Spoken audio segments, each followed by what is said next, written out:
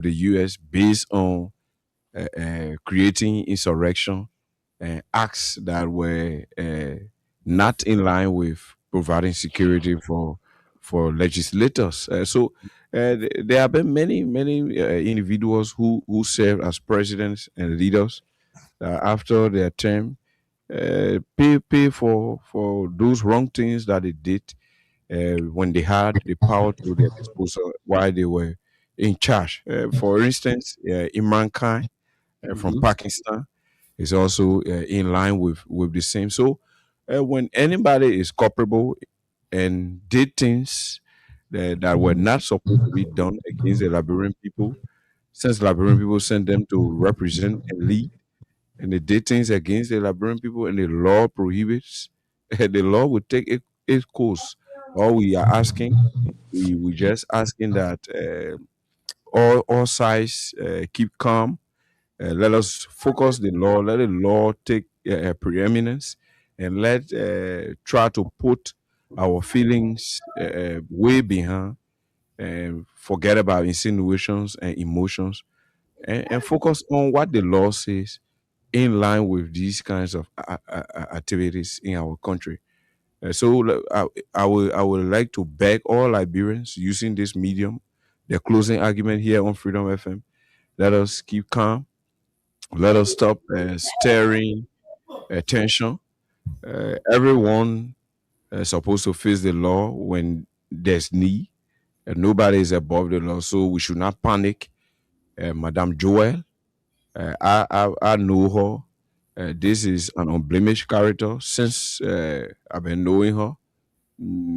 She have served in several key national positions that was instrumental in making the proper decision as to where we are headed as a country in this new democratic dispensation. She served. She played roles that saw Liberia benefiting. So I would just ask also the security people and the government to treat every citizen with dignity, as Paul King will be treated with dignity. Madame Joel should also be treated in similar form and manner. With that, we will not have these kinds of tensions, all around the place. That's how I see it. Awesome. Awesome. Uh, uh, uh, Let me welcome our senior, one of our senior moderator, Chief Sylvester Pee Wee. I want to welcome him, a senior political strategist, the New Progressive. I'd like to welcome him, and I'd like to turn it over to Sylvester. Sylvester's here. Welcome, boss. Thank you, everybody. A wonderful good evening to you, and thank you, Mr. Morris. I see that you got a terrific new haircut.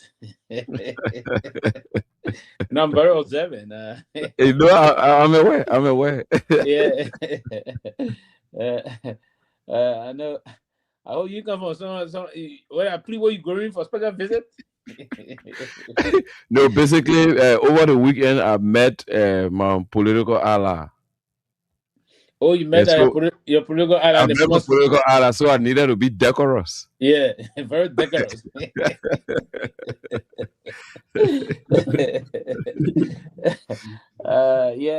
Yeah, but I think it's good to be back on the show. We told a lot of things basically unfolding in the country. I listened to you just now.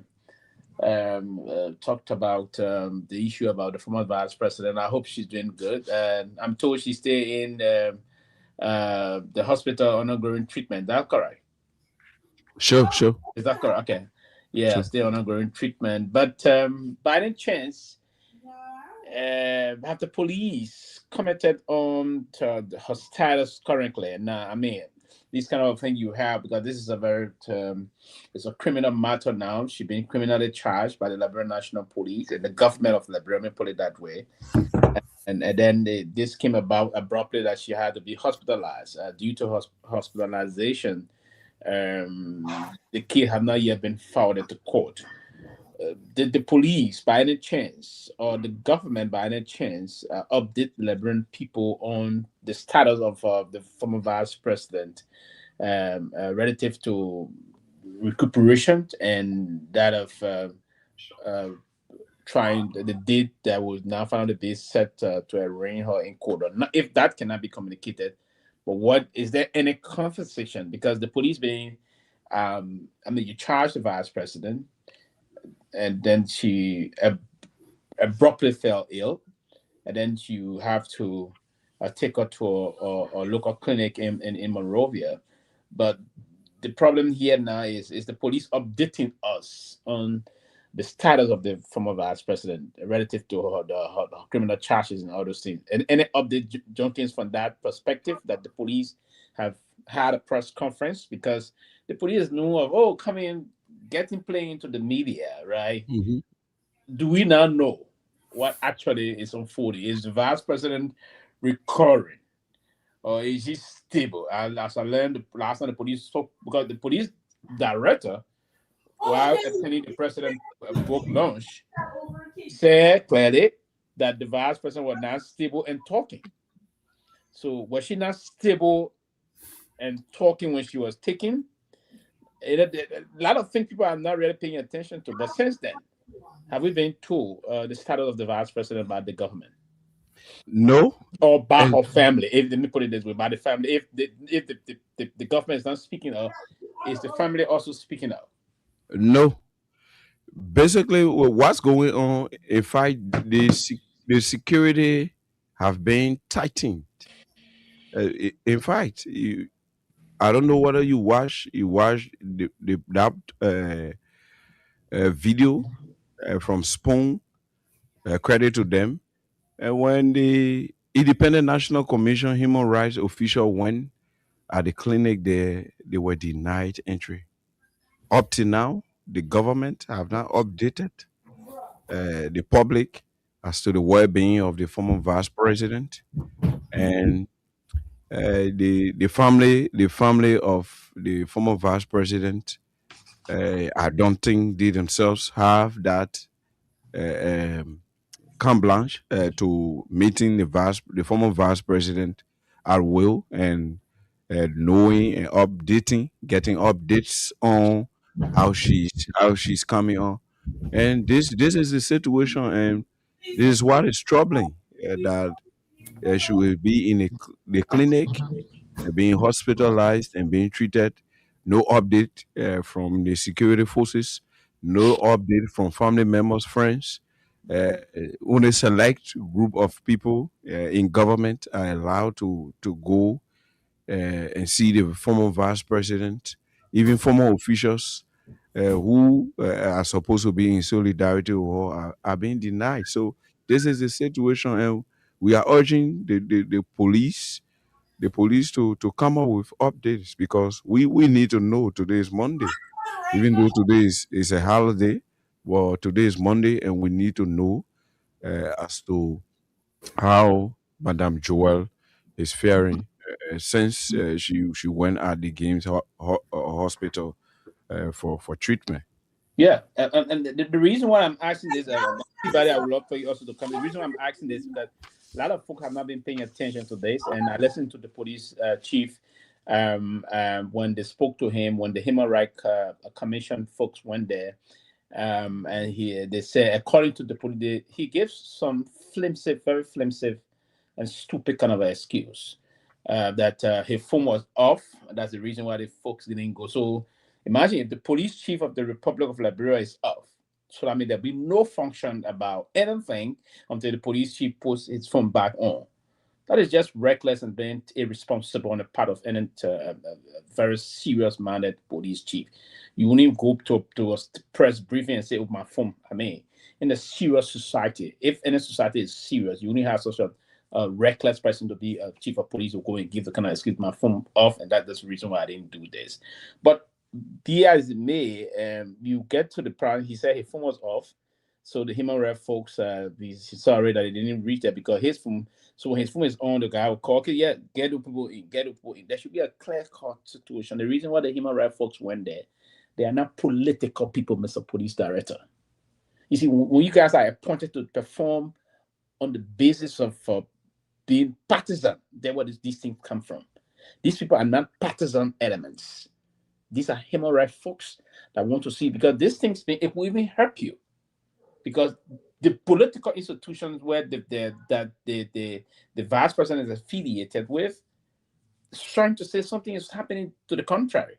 So the human rights group is coming to give an independent assessment, and then you are there saying this is not the way it should happen, this is not the way it should happen, or they didn't get there because of this. Now people are now speculating, and due to some of those rough speculation, but people are the point is that she's been there now for almost 4 or 5 days, if I'm not mistaken.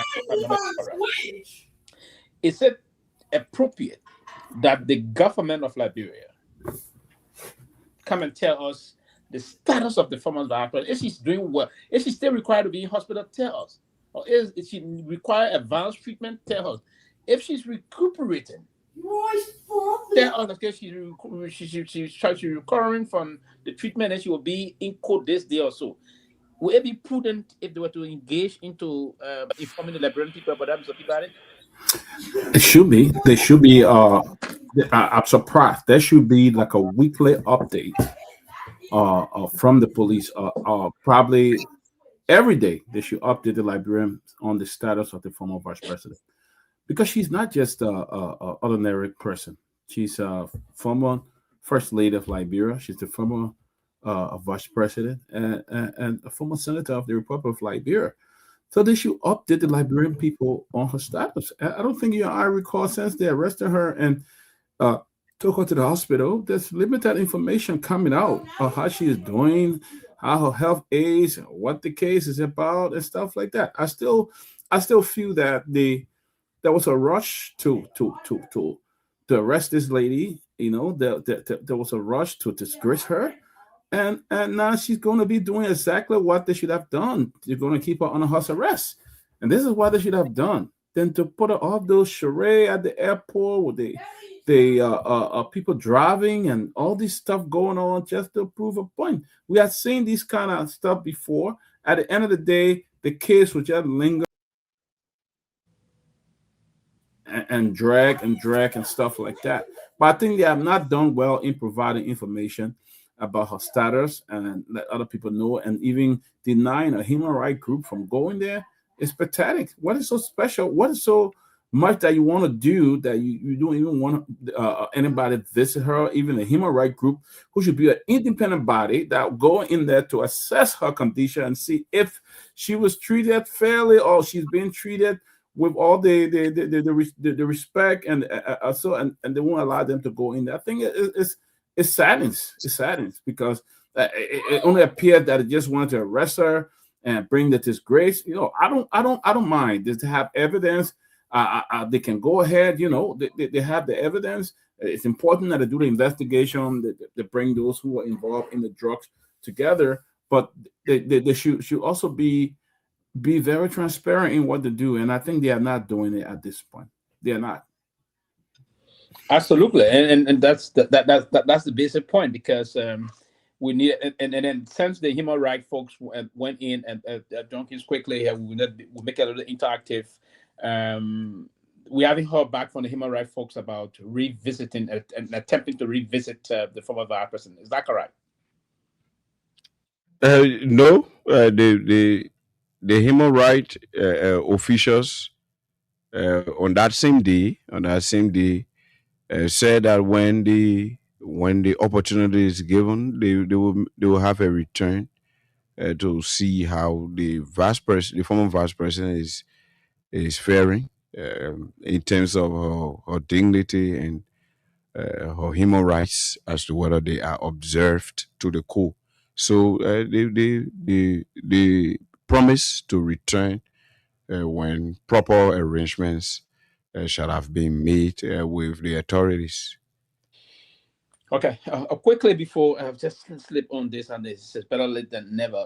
Before that, people, we move forward on this. I just want to take this time actually on behalf of the closing argument also, and to announce our profound regret and extend our deepest sympathy to the family of the late Janjek Bakwe. Janjek Bakwe, to Mrs. Bakwe, wherever you are, and the children, his kids, his family, his mother and father, if they stay around. Our deepest sympathy on the loss, the devastating loss of Comrade Janje Bakwe. Janje was a friend and brother. We come a long way in terms of we build a relationship now for almost 2 decades, if you will. I've known Janje for a very long time, and we had some very personal relationship. As a matter of fact, we the last time when we visited one of the cabinet retreat in Ganta, from there we had the name. What's the key? What we were sharing the same. So what's the key? What's the key? We had a nickname calling one another, if you will. Janja was a very deep brother. Last time I interacted with him one on one was in person, was in Philadelphia last August. But this time, when the UNIBWAP folks had a program in Philadelphia last year, that was the time we met. He have come to attend the program when this Senate pro tempore of the Liberian Senate, Honorable Senator Yombli Kanga Lawrence, was the keynote speaker at said program. We met there. We had some very pleasant exchanges. And the last time Janja was in the country, also in the US, it was the end of May of this year. He have come to, I think, see his family, all of and some friends. He was in here by the close of May. I think he returned to Liberia, and now yesterday we learned he died yesterday in Ghana, Accra, Ghana, and a very unfortunate. Janja was a very enterprising young man, a very committed loyal partisan of the Congress for Democratic Change. As a matter of fact, he was the chair of the CDC Grand Bassa County chapter, and he served as superintendent for almost 6 years for the county for the great county of Grand Bassa. He resigned his positions close to the elections in 2023 to contest for the senatorial seat in Grand Bassa County, a seat that he didn't win. He was defeated by the current senator and former pro tempore of the Senate, Senator Bezonga Milton Thiene. But Janja had his footprint in the Bassa politics of recent. He and the senator of Mangibi County did make a triumphant entry into Grand Bassa County, where we saw a muff gathering of partisans, well-wishers, and sympathizers of the CDC. That was a very massive show of strength that he and the current senator of Grand Bassa, Moserado County. So Janja will be actually missed.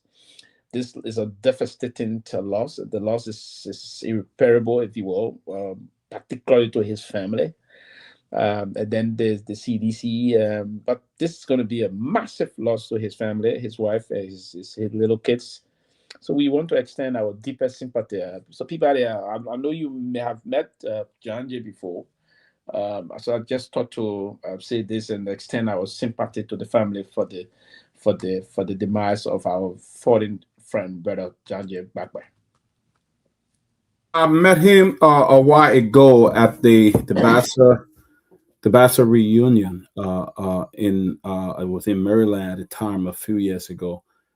And got to meet him. I think he was still the superintendent at the time, and such a great young man, such a man who was very articulate, a man who had a lot of vision for what he was doing, a man who took Bassa very serious, who was always there for his people, a man who really wanted to lead with passion and bring changes to Grand Bassa County, and also very strong supporter to the CDC party. He was a very strong supporter.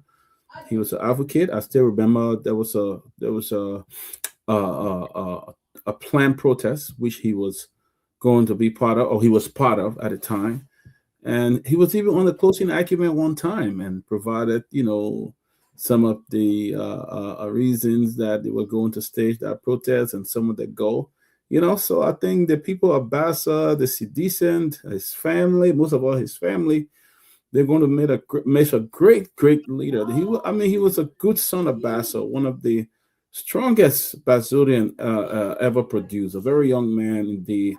And I thought, our prayers and best wishes with him, with his family, and the citizen of Grand Bassa County and the CDC as well. So, yeah, thank you. Morris, I think you may have interacted with Janje, if not heard of him. What's your impression of him? What can you recall of him? What legacy is he going to leave with you?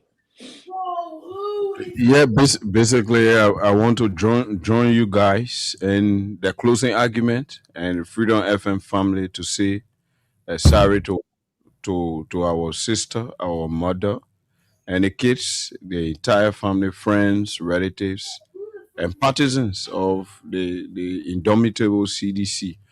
As member of the CDC National Mobilization around 2015, 16. Oh, are you a car carrier of the CDC? Sure. Okay. I'm a certified public citizen. Let me be a little fair, because playing the rules and I got to play the devil advocate.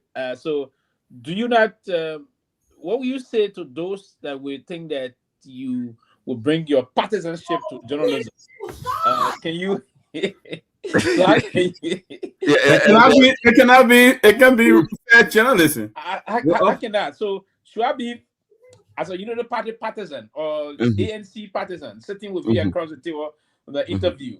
Should I be skeptical that you would be fair to me in terms of hiding or taking your partisanship and trying to use that against me? No, Pee-wee.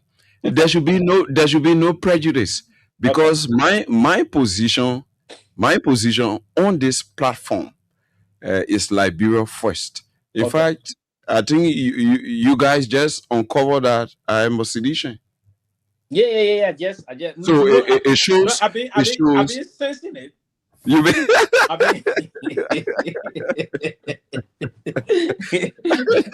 been sensing. Okay, so 2015, 2016, we had the 500,000 new membership recruitment draft under the father and Malu's leadership. Okay. And we were together. Janje was with the team even before the campaign. He was with the team as an interpreter. Janje was a very good Bassa speaker.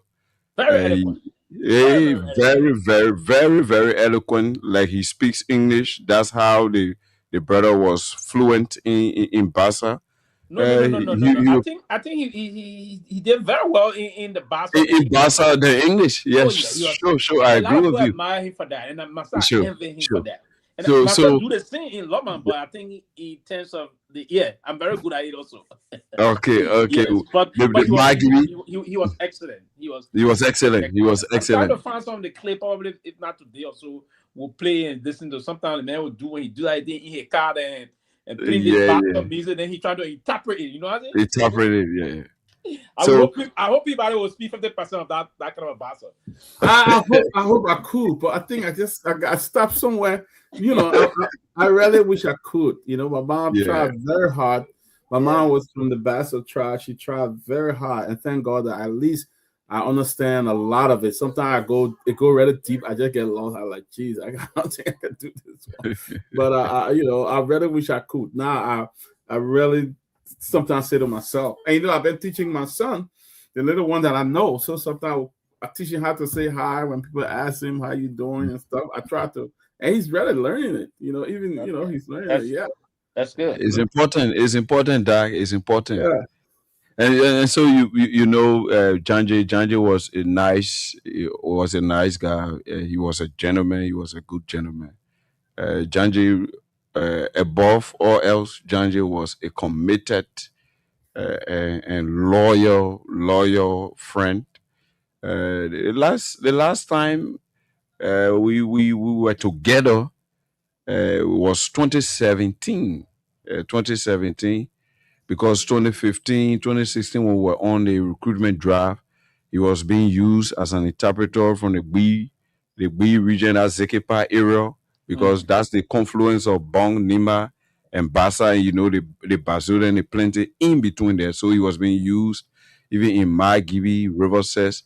So he did well. He was instrumental in most of our achievements. 2017, I remember he was contesting.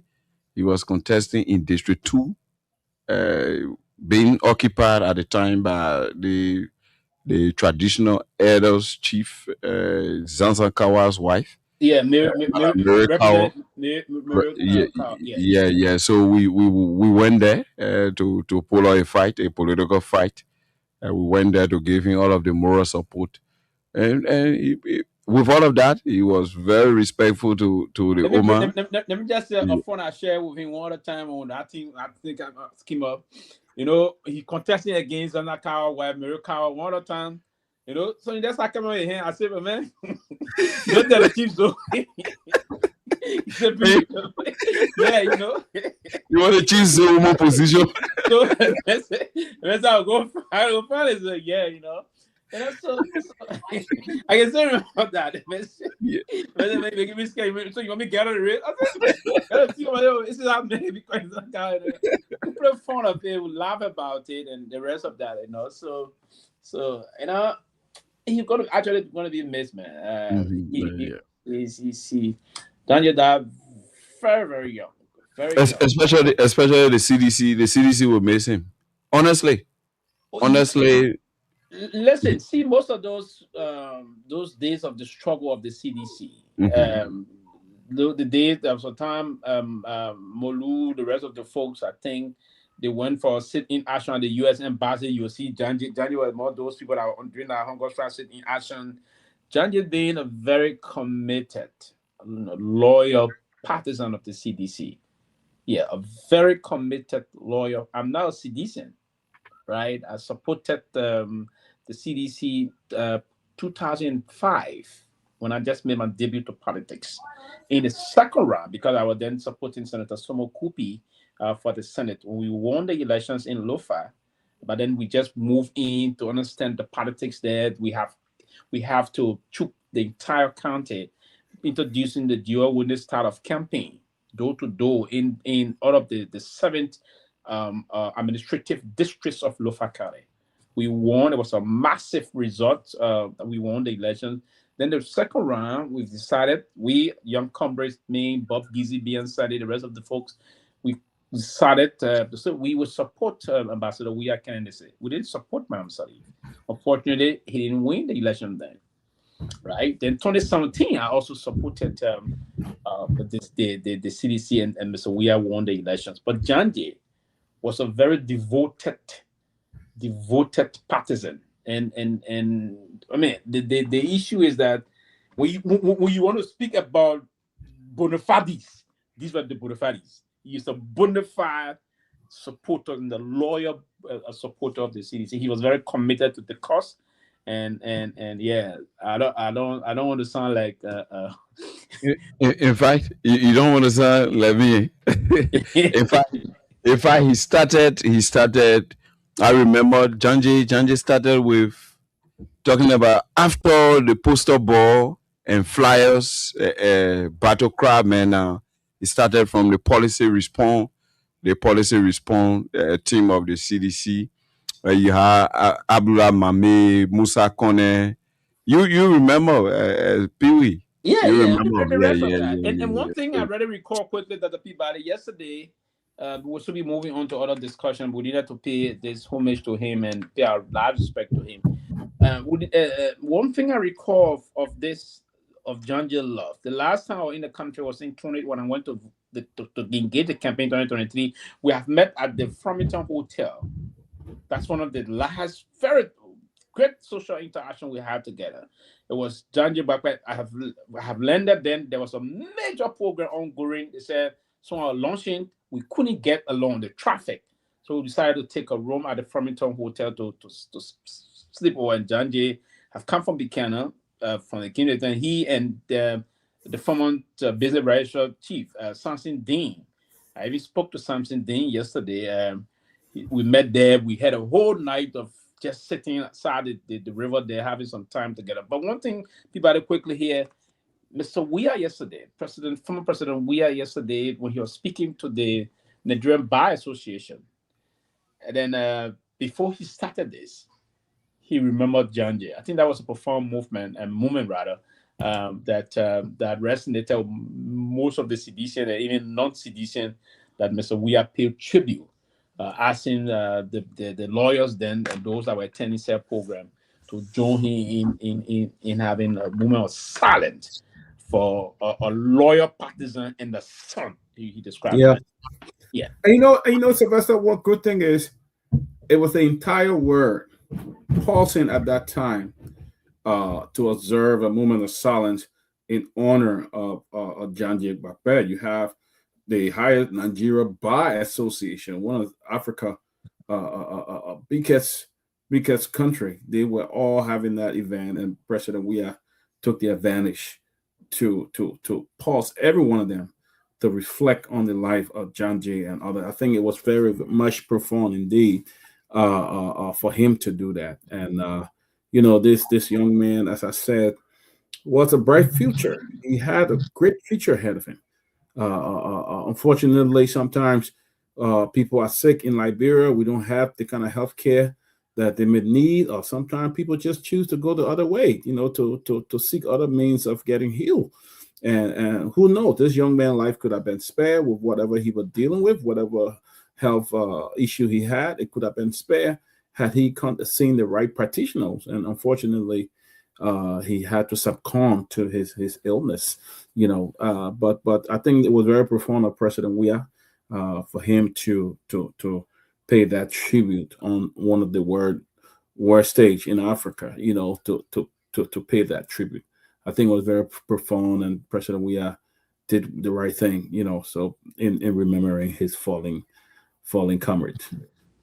Absolutely. Absolutely. And basically, you know, we hope that he rests in perfect peace, and may his legacy be a blessing to all of us, and may his family found a consoling room, particularly his wife and kids, moving forward.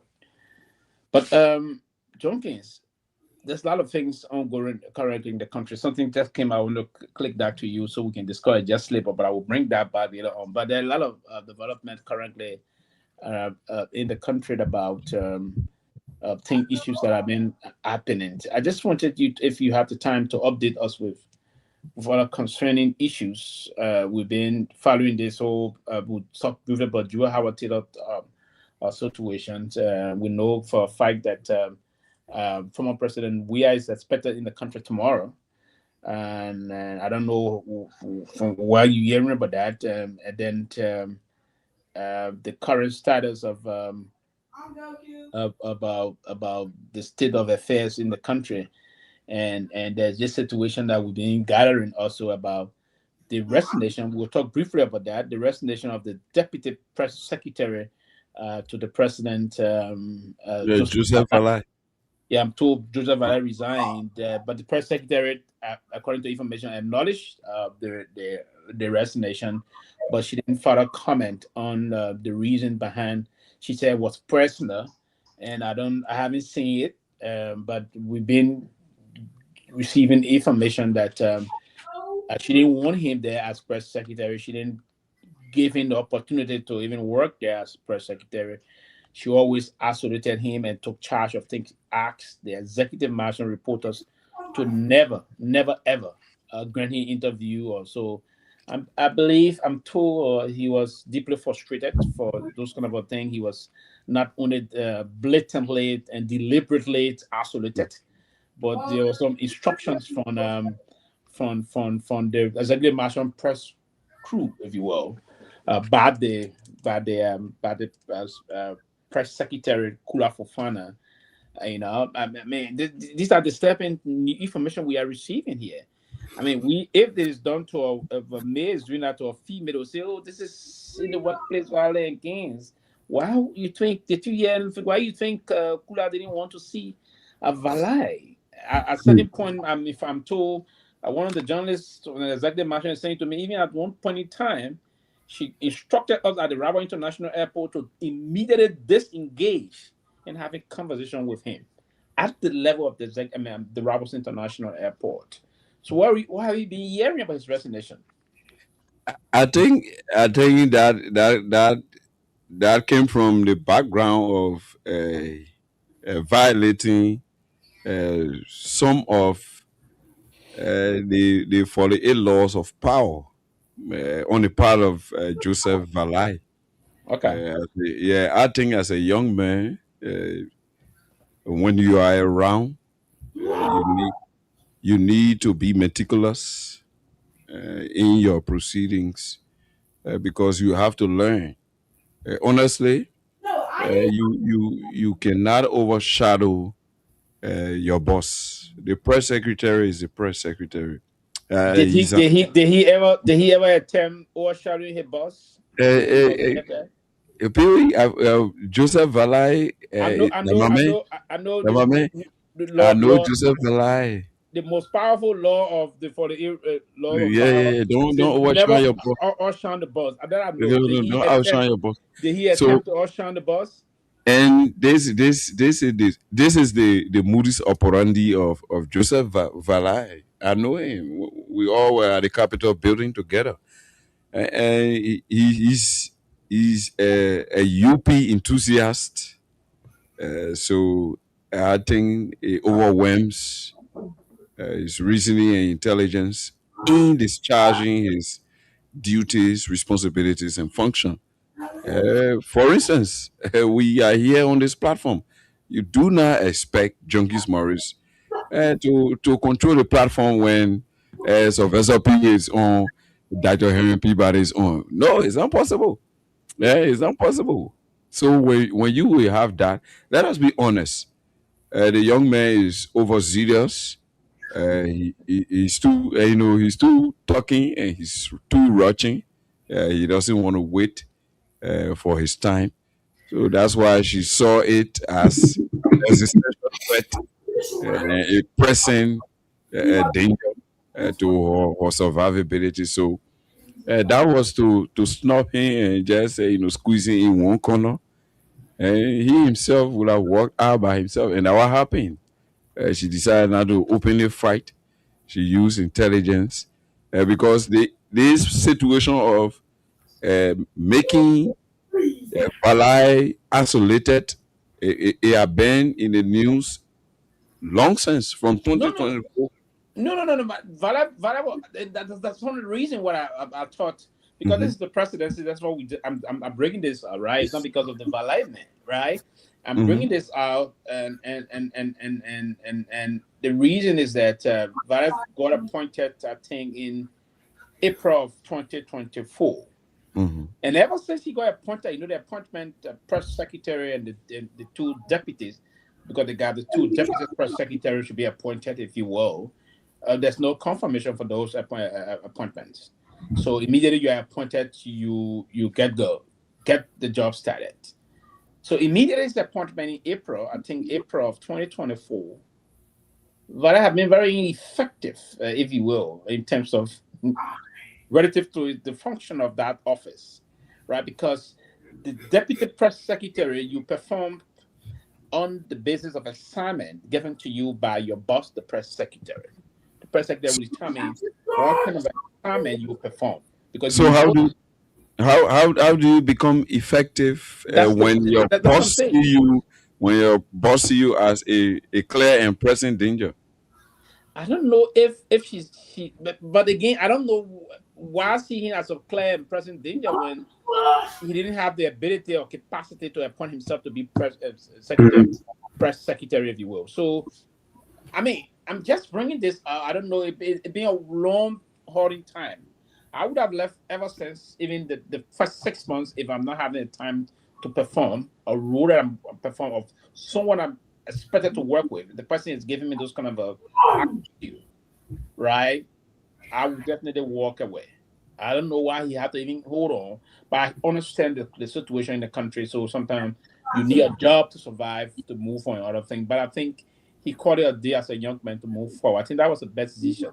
And And I would call quickly. I would call on the press secretary to desist. She's a young woman.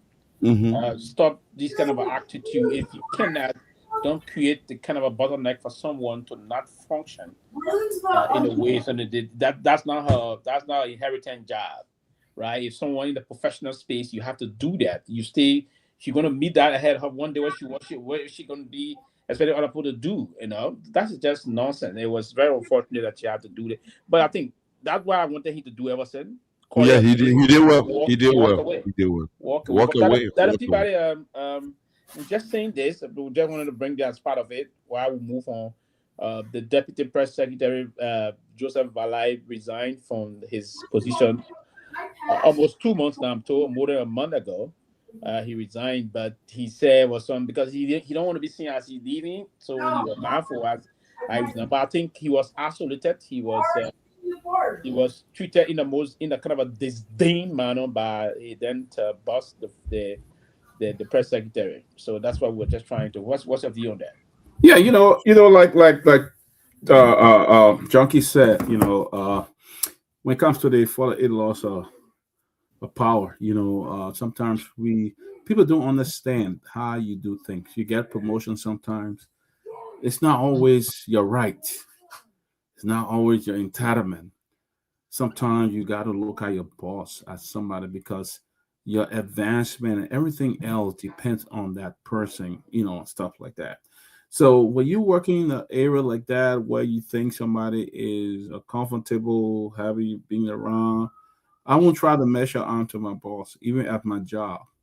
I support her. Anything she wants to do, things that I don't understand, I'll go there. I'm not saying even if she didn't do it right, I'm not going to tell her, oh no, this is not how you do it. You shouldn't be doing it like that. This is not how you do it. I find a time, a very comfortable time where I can sit there and have a conversation and we can share ideas and but mostly in a supporting role. And from what I'm hearing, for what Jungi is saying, apparently this guy did not seem like a homo employee. He felt that he was also in that position, So if you're in an era you and the boss can't get along, it become a hot mess for you because they will continue to make you uncomfortable. They'll continue to isolate you. You see, I don't see this guy travel anywhere with the president. I only see him every time all the trips Kulak goes on, almost all the trips that the president go on. I've not seen him traveling. I've not seen him doing much. So the fact is, in an area like that, you suck up and get the things going, and what's supposed to happen for you. It doesn't appear he's that kind of person, from what I'm hearing. And definitely, the boss will do everything to let him go, even though he's appointed by the president. But if she reached out to the president and sent her report, he probably won't listen to her over him, and that's what we see happen. Unfortunately, he had to go. But also, after the press secretary as well, as a leader, you need to create environment for others to succeed. You're not just going to be there. It's not all going to be about you, about you, about you, about you. She should create opportunity for others to succeed. You can't just continuously put yourself in situation where you should be the head of everything. You should control everything. No, responsibility have to be dedicated to people. And you can't just be in the head. Every trip you won't be on it. Everything you won't be there. I don't think it's good. You have to make the environment very comfortable so everybody can feel part of that team. That's what a democratic style of leadership is. Because when everyone join in to make a decision, it rests on everybody. That decision is made, and for that reason, you got no regret. They got no regret when that decisions are made. But you don't want to come up with a laissez-faire style of leadership here, which is totally not good. And I think it was not good on her part that her deputy was isolated. He had to leave. She should have made the environment very comfortable for everybody. Absolutely, and that's what I would say. If it is where if this are going to be in the shoot of some man doing that to a female, then people go, oh, they got like so this is unacceptable on a serious note. But I think Vala is a very brilliant young man. He's smart. He got his own. I mean, he can move on. I mean, I know liberals are difficult. The United Party government don't provide the kind of opportunity that people like you, Vala, will thrive in this private sector. I don't think we have to rely on the government, unfortunately. But you're young man, smart, got a lot of potential, so you can cultivate in other areas and where you probably and see where you can engage and get things done. But if I were in your shoe, I will find some time to see if I can get some opportunity to get up to school, come in and build your capacity even more, make it more stronger, more forward, so that you get prepared for the challenges ahead of us. But yeah, it's good that you resign and leave. Don't work in a very toxic environment. You know, an environment with cooler that is toxic with you. I mean, it's totally unfair that you be in an environment where your voice is not. You don't really matter. Look at the instance, and that you in the midst of talking to a journalist, you can't there. Oh, yeah, talking to the man. You gotta listen about nonsense. You know, we need to stop this kind of a thing from female trying to bully talented and very, very competent young men and the rest of that. If the man was going to move now and try to deploy his own line of want to be defensive, it's oh he's trying to attack. But I can neutralize or in anything. But that's just it. Again, the president should have taken note of this ever since. If you got a team you put together, they cannot work together, you take action as the president. The president should have taken note of it. That's the office of the president, and even the reason why we even discussing this matter. It is the office of the president of the Republic of Liberia. We can have they have never been on a speaking term. I'm told. We can have the deputy press secretary and the press secretary now on a speaking term. This is totally unacceptable. But it's good that the young man resigned. Probably now, if I don't know, and I'm told because of this, I don't think they may even. I don't know. Maybe she'll finally go and appeal to the president and say, "Oh, I got one of my remote person somewhere that I can bring in and control." Maybe that's the kind of thing she wants to see. And she still got the next 2.5 years to do that. So if that would be possible, but this was something. But Jenkins, back to the issue about this Just case. We hearing some issue in the country up to current. Johnny Boda Dean have not been charged. We have not heard anything from the police charging Johnny Dean. Is that correct? No. And I think we ought to begin the process now of calling on the police or the Minister of Justice. And before this job, the Minister of Justice was a private lawyer doing well in terms of his private law practice. But it seems to be this job is further exposing this Minister of Justice that after this he's going to be like a pariah now in the Republic if care is not taken. Sure. This Minister of Justice is proven to be not only very incompetent, but it looks like he's aiding and abetting a lot of nonsense in the Republic of Liberia currently.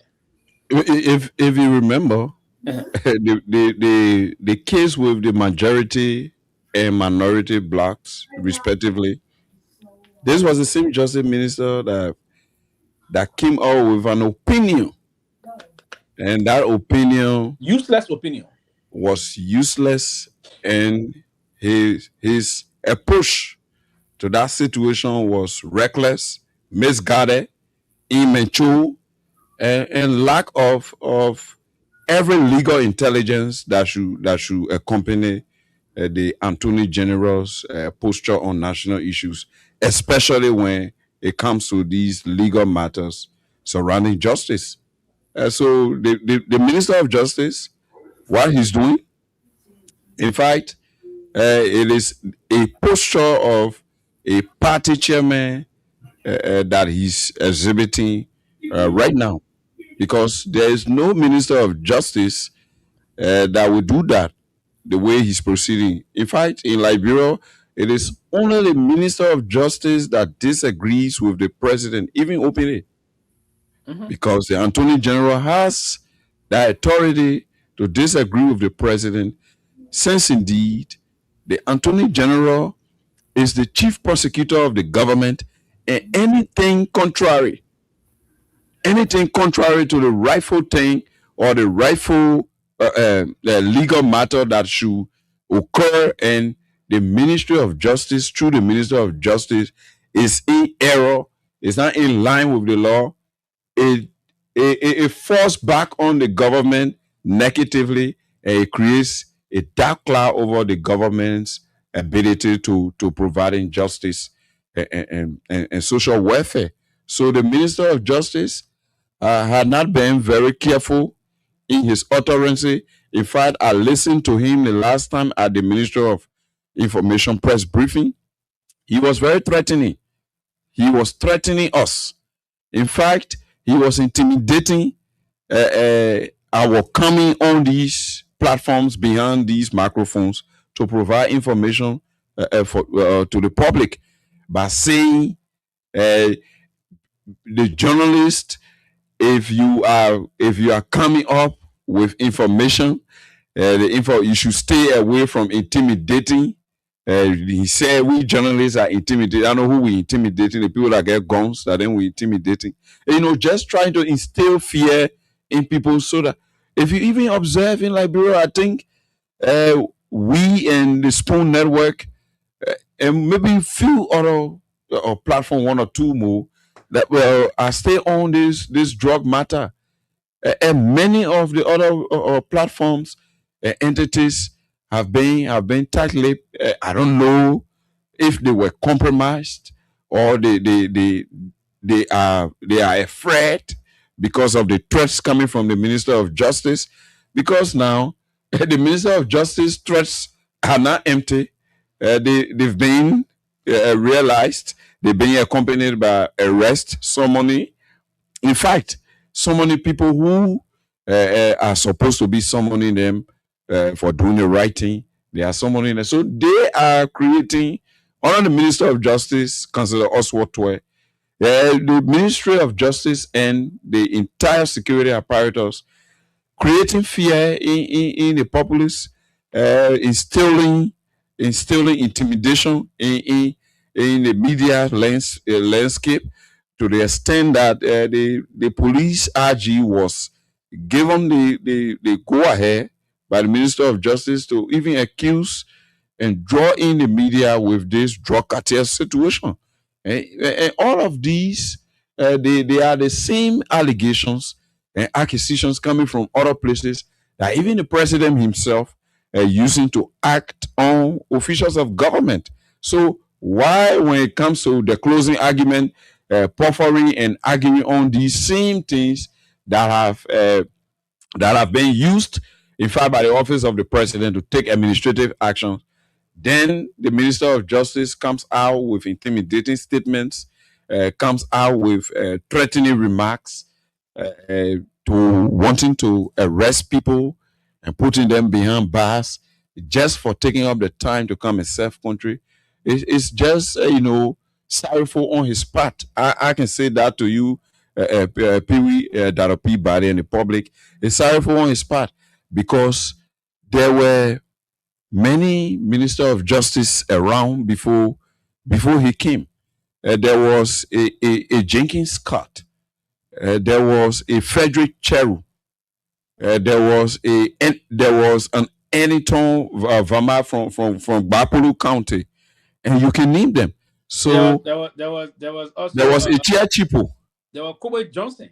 There were Kobe Johnson. So if Councillor Oswald Tuwe is thinking that, if he's thinking that position is an inheritance, and because of that he can peddle influence around that position, disadvantaging other Liberians who are law-abiding and peaceful, is worrisome, because it was under this same Minister of Justice a private property was being rushed on by the government as if it was the government's property, to break it down, the headquarters of the CDC, breaking and entering the democratic space by breaking it down and tearing it apart, going after a political party headquarters, rushing to break it down as if the case was a government case. This is the same Minister of Justice under whose authority the brothers were killed in B Mountain era or the King Jaw era. This is the same Minister of Justice. This is the same Minister of Justice that sits over the Ministry of Justice, and Peter Obon Jala allegedly sodomized the young man, the young man who wanted football boosts from him to try to expound on his talent. This is the same Minister of Justice under whose authority, under whose administration, the Capitol building got burned. That sacred temple of our national decision making. It was this same Minister of Justice. This was the same Minister of Justice that meddled into legislative politics, even though Article 3 of the Liberian Constitution prohibits that. But this was the same Minister of Justice that meddled in the legislative politics, trying to take a side and create illegitimacy for the legally elected structure of the legislature. Yeah. This is the same Minister of Justice. So the Minister of Justice had just created a situation for himself where after he leaves power, maybe Jenkins Scott could be better than him. And I want to say that he still have time to have a recompense. He still have time to see how best he can change it around and become a better Minister of Justice that will be remembered in posterity with all of the kindness. Thank you.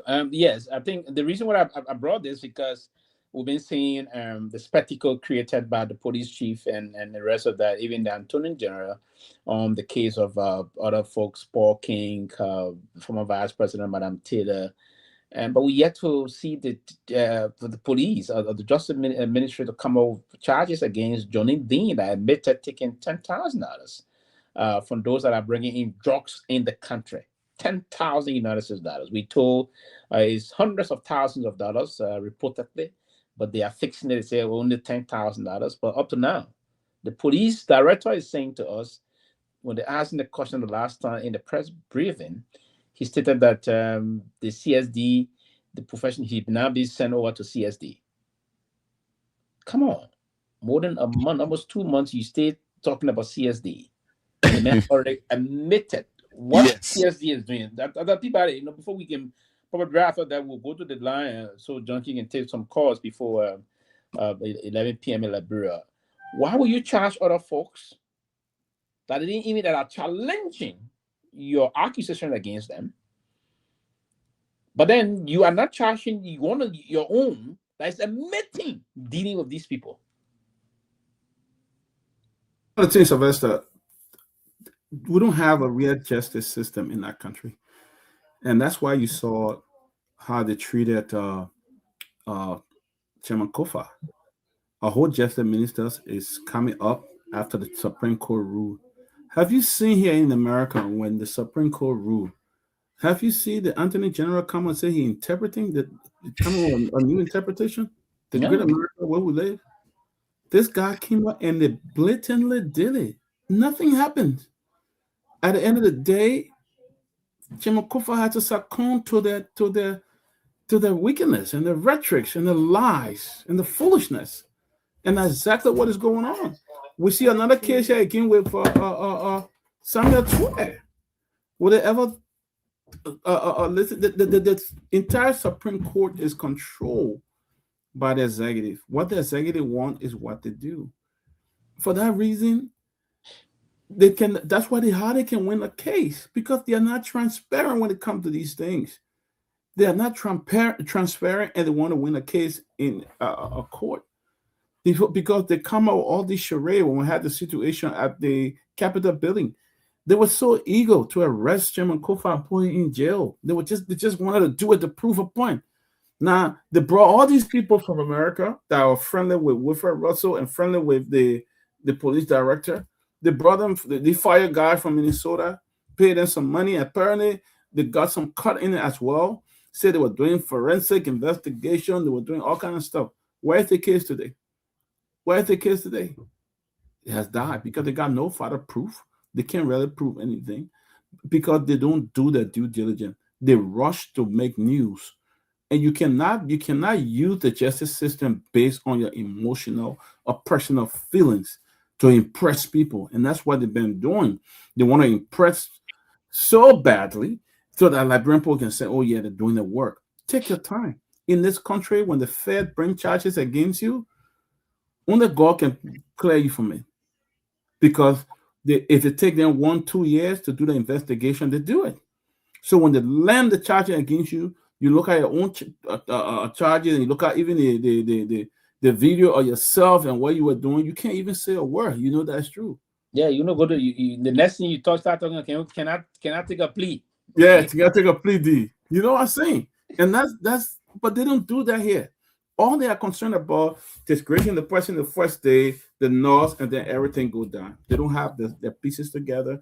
They don't have the investment. And the justice minister is a complete disappointment. You know, he should go. Definitely he should go. I don't know what he's doing. What he understand. I understand he's a legal scholar, but he has not demonstrated a fact that shows what a legal scholar should do. He's always one of those are practicing. I don't think he's one, man. I don't think so. He appeared his private practice. Yeah, very confused. He appeared very disorganized. Most time he's very confused. He doesn't know what he's saying, and so I mean, it's terrible. It's terrible, and that's what we see going on today. Don't you think they would have given the vice president a chance to go where she was going, come back, take your time? If you got this evidence, do your due diligence. But because they want to show a point, is she a flat risk? It matter how a flat risk that you have to put out those charades, sending people. The woman has an EPS. Okay, the EPS don't take orders from the police.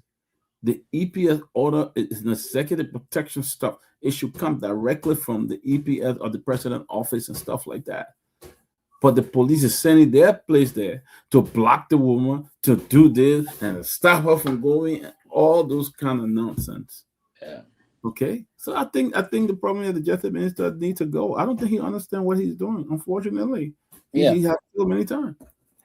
Absolutely. Yeah. The woman got she got an EPS detail. So the only thing you need to do is to communicate through that line. Inform the detail, say, hey, the command structure will come from there to the EPS detail. Say, tomorrow you guys are not leaving with the former vice president.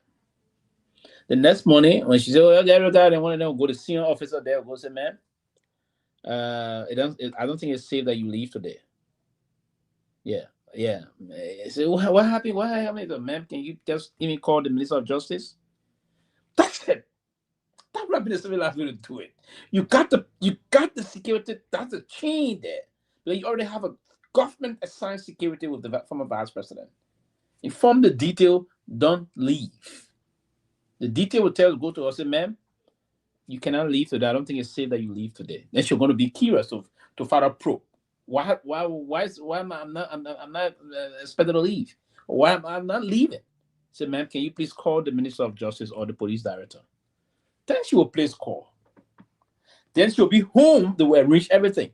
If she got any other thing she wanted to say, oh, there's not this, to avoid creating spectacle here, right? And she'll then they will tell her, say, madam, you have to call your lawyer. We need you to the police station by 4 o'clock or by 2 o'clock or tomorrow.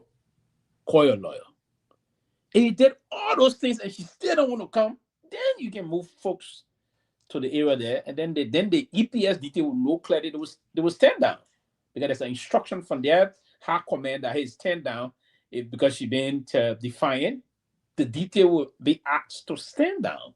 And then the police will come down to carry on any other execution along with the court at the time. The sheriff will want there's an arrest warrant for her. The sheriff will kind of issue the arrest warrant. Then the police move to carry on their responsibility. But Junkie said we have the time. We can take a couple of calls. We thought we had the time to do few. Anybody tune to us, everybody that tune, you following us on the closing argument, you can call and talk about some of the things we've been talking about. or pay your tribute to our fallen brother, John J. Bakwe, who unfortunately lost his life yesterday. You can just pay a tribute to him and just explain your encounter if you had the time to do that. If we have the time, Jenkins, we can do it. That will take a couple of calls on that. Yes, and so I thought before going to the course, I have a video updating us on the case with the NPA boss, Mr. Sekou Doucouré. I thought to play, maybe the video can come on. I'm not in control there, but we could listen to the audio. Yes, please. We can do that quickly because we'll be discussing that part of that. I was going to be our next one, but yeah. Another fraud story. NPR did a year-long investigation into a Liberian government official who moonlighted as a group home director in the state of Minnesota. Let me say that again. NPR did a year-long investigation, not DHS, not any of our state agencies. NPR did a year-long investigation, which turned into $36 million in taxpayer funds over the last 10 years. In 2020, Doucouré collected $500,000 in forgivable loans during the COVID pandemic.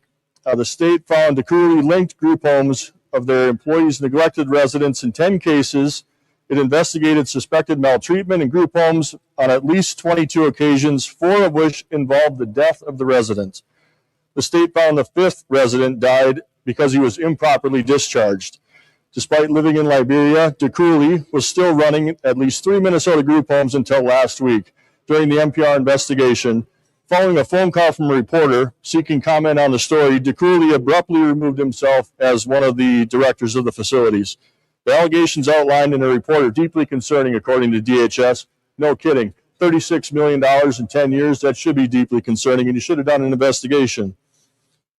We can say that the owner of the Medicaid program moving abroad would raise concerns of our investigation, even if it's not prohibited by law. Of course it should raise concerns. $36 million was poured into a facility. Police in New Hope were responding to frequent 911 calls about the 2 group homes controlled by Doucouré, including noise violations, fights, overdoses, and one incident where staff found a gun in a resident's room. In total, local police said they responded to 2 addresses 133 times in a single year. This is ridiculous. DHS needs to get on top of this right now. We need to stop this fraud. NPR should not be going out there and doing investigations. We should be using our state resources to do these investigations and put an end to this. This is your hardworking tax dollars that's going into fraud. It's fraud story after fraud story after fraud story, and the state agencies aren't doing anything to stop it. Minnesota Representative. So, Billy, that'll be body. You just listen to the update from the case regarding Doucouré. That Doucouré, they may call him Doucouré. Yeah, that series. There's a lot of follow up to that about the case moving on, but nothing's gonna come. Trust me, and I know no one is on a campaign here to undermine Mr. Doucouré owned role he played back home in the country. But I think our stewardship, we should get accountability of our stewardship whatsoever, particularly when we are public servant, right? But this is getting more deeper, and the fact that and this PPE and the COVID emergency money, say he took $500,000. That's what he got, $500,000, and then I thought I'm marking to buy that. So for free money, man, just up. You know, mad man. The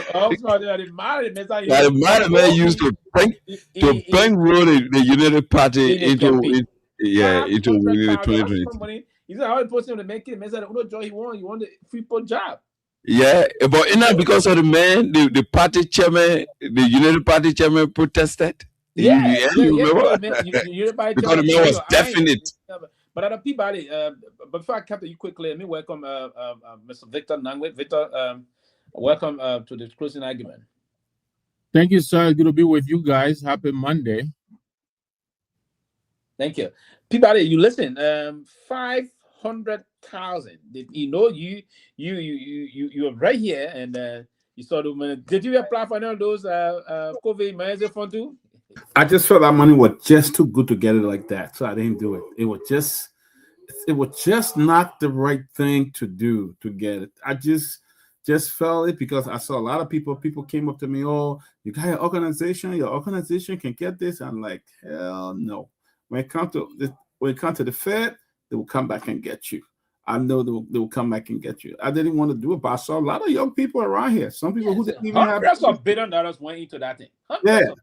Liberians were all around here riding new cars, doing things. Now a lot of them, some of them they caught some of them. Dr. Cassell got caught up in that mess too. The late Dr. Cassell, he got caught up in that mess too. So a lot of people, but I just felt it was just too good. You don't want to mess with the Fed, man. They'll come back and get you. It take them 10 years.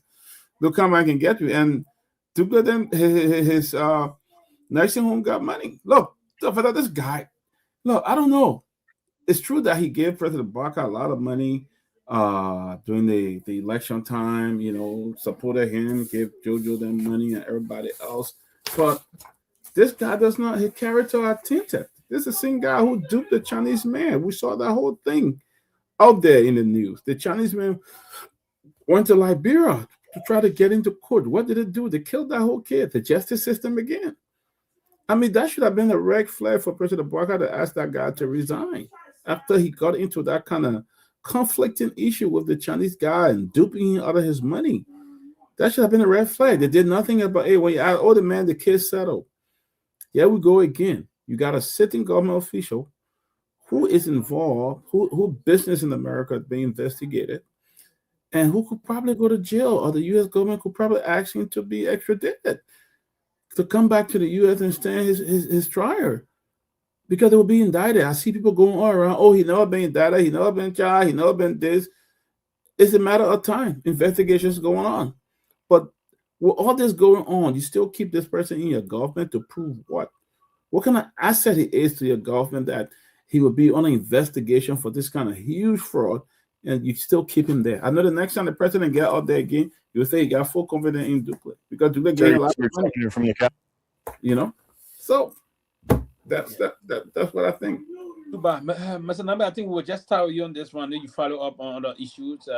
This case is not going nowhere soon. With another fraud story. It is not being reported that even beyond the money the state is paying, and he been receiving all those money, but he also got $500,000 in this COVID thing. More people are running business at the time that they're pouring, and these are the great opportunity most of them had to get money, right? But if he got the money, and the reason why he got the money for basically was to say, okay, business are not going that time. I need to pay my people. I need to do this. I need to do that. But yet you're still receiving that money, a lot of things. You think he's headed for some problem? Oh, definitely. I think so. You already indicated one of the major concerns there, the COVID money. We know a lot of people got a lot of that money, but a lot of people have also been sent to jail because of that money. I understand it was a forgivable loan, and we all know a forgivable loan is conditional. A certain benchmark you're supposed to reach or touch, and then that loan becomes forgiving. It appears they are indicating that he may not have reached those benchmarks, and because of his absence from the facility itself, his proximity, that is a problem. We all know here there is a lot of concern expressed when you get paid for work that you didn't do. It would seem that him being a director here in Minnesota and resident in Liberia would suggest that he was being paid for work that he didn't do. Then this involves the U.S. taxpayer money. These people take these matters very seriously. U.S. taxpayer money has to be accounted for. And then, worst of all, I mean, there are code words already in there. We mentioned some of those. Money laundering. Wire transfer. Those are the catchphrases that the feds will go after. To make sure that the money is accounted for, and then they talk about the conditions and all of that. So I think this case is going to be too difficult for the managing director.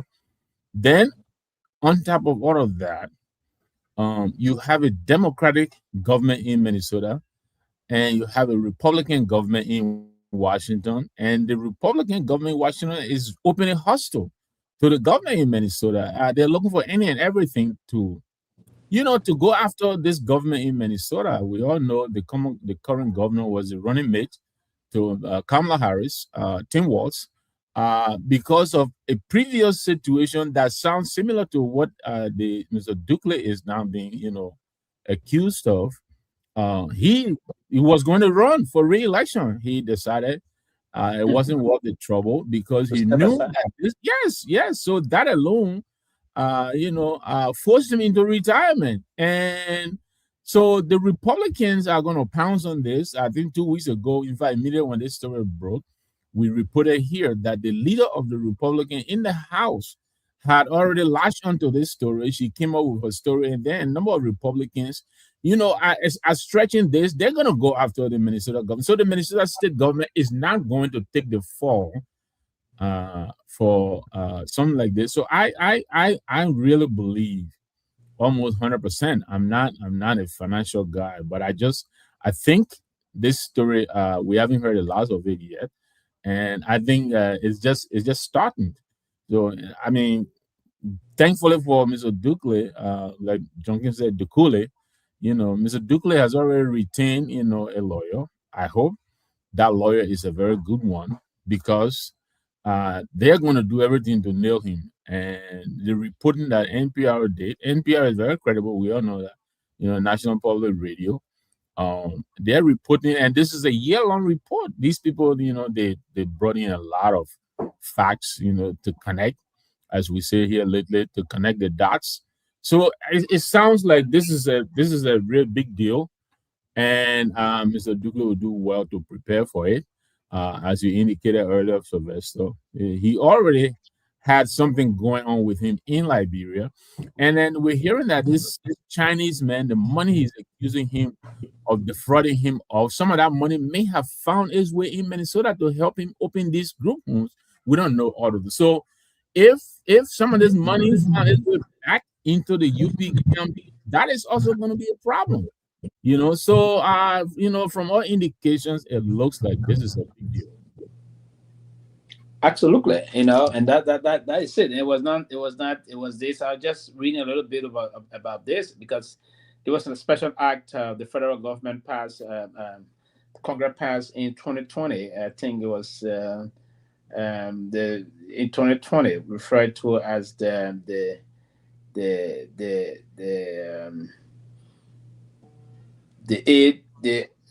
2020. It was. March, or passed in March of 2020, was called the CARES Act. The CARES Act, this was the CARES Act and the Economic Security Act. The total amount that was structured in this entire thing, it was passed on March 27, 2020, which include stimulus checks.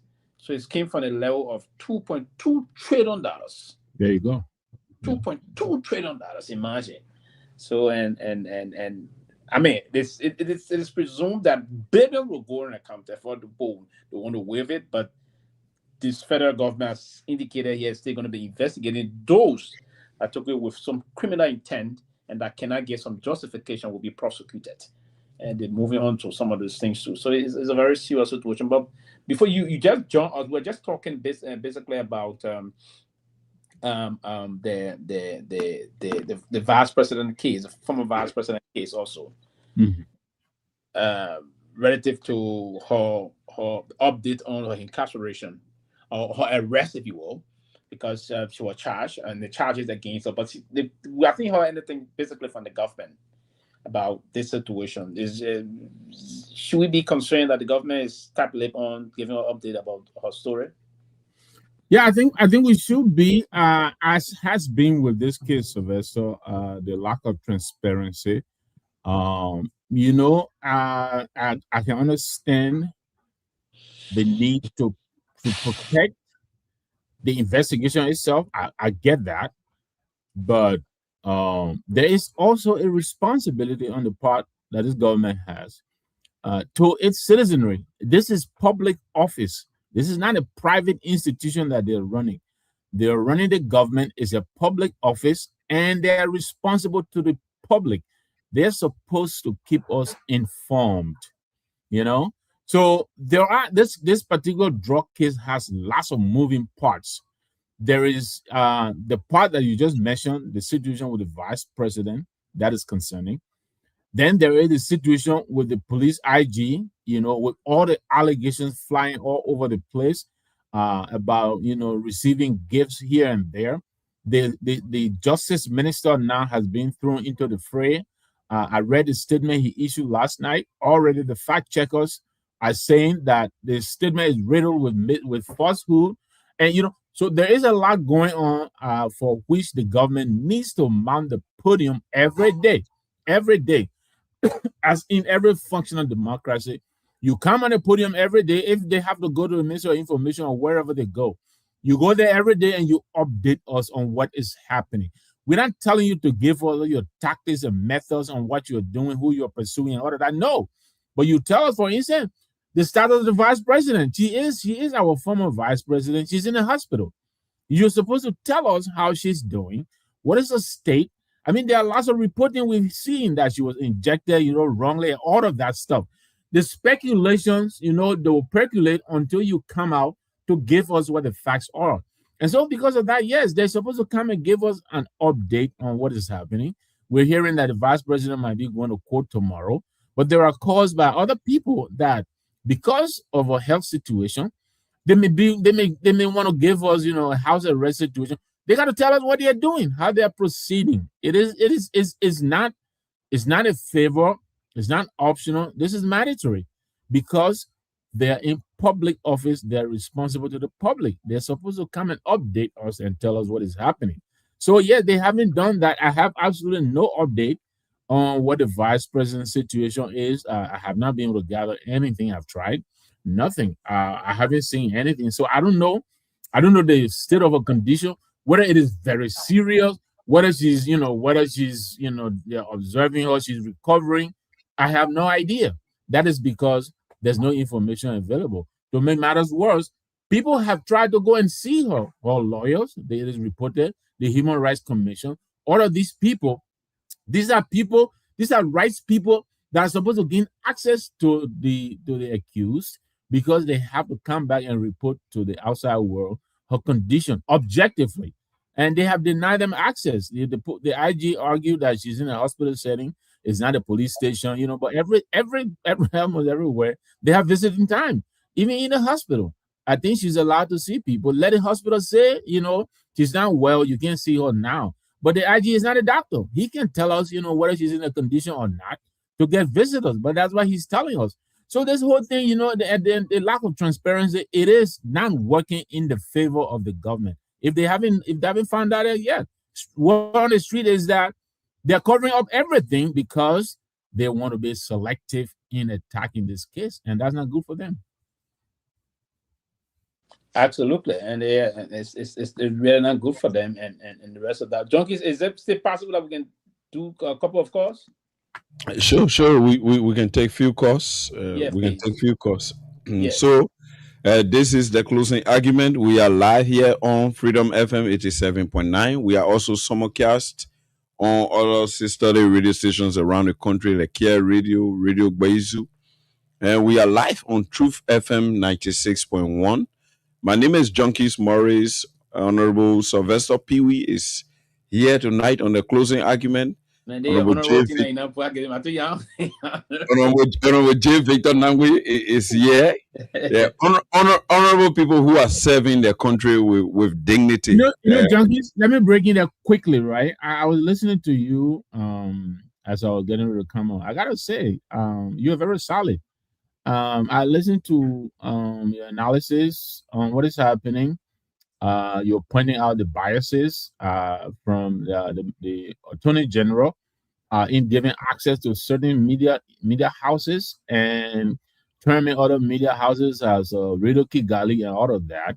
I was really I was heartened by the fact that, you know, you're on our team. So I got to give you, you know, your props, and I'm sure all the other guys, Anthony and the rest of you, you're doing a wonderful job. So I wanted to let you know that you know much appreciation. And not because you're from Maryland. I don't like your politics because you are before Chambers man. So I want to put that one aside. But I gotta give it to you. I was very impressed, and I wanted to let you know that. Thank you. I appreciate that. Call us on those numbers on 0776 104 104, 0776 104 104. You can call us on 086. That is Maryland collabo. Hey, you brother-in-law already. I genuinely you're gonna body and say something. Junkies going. Yeah. 086 500 104. Our first caller on this line. Your name and where are you joining us from?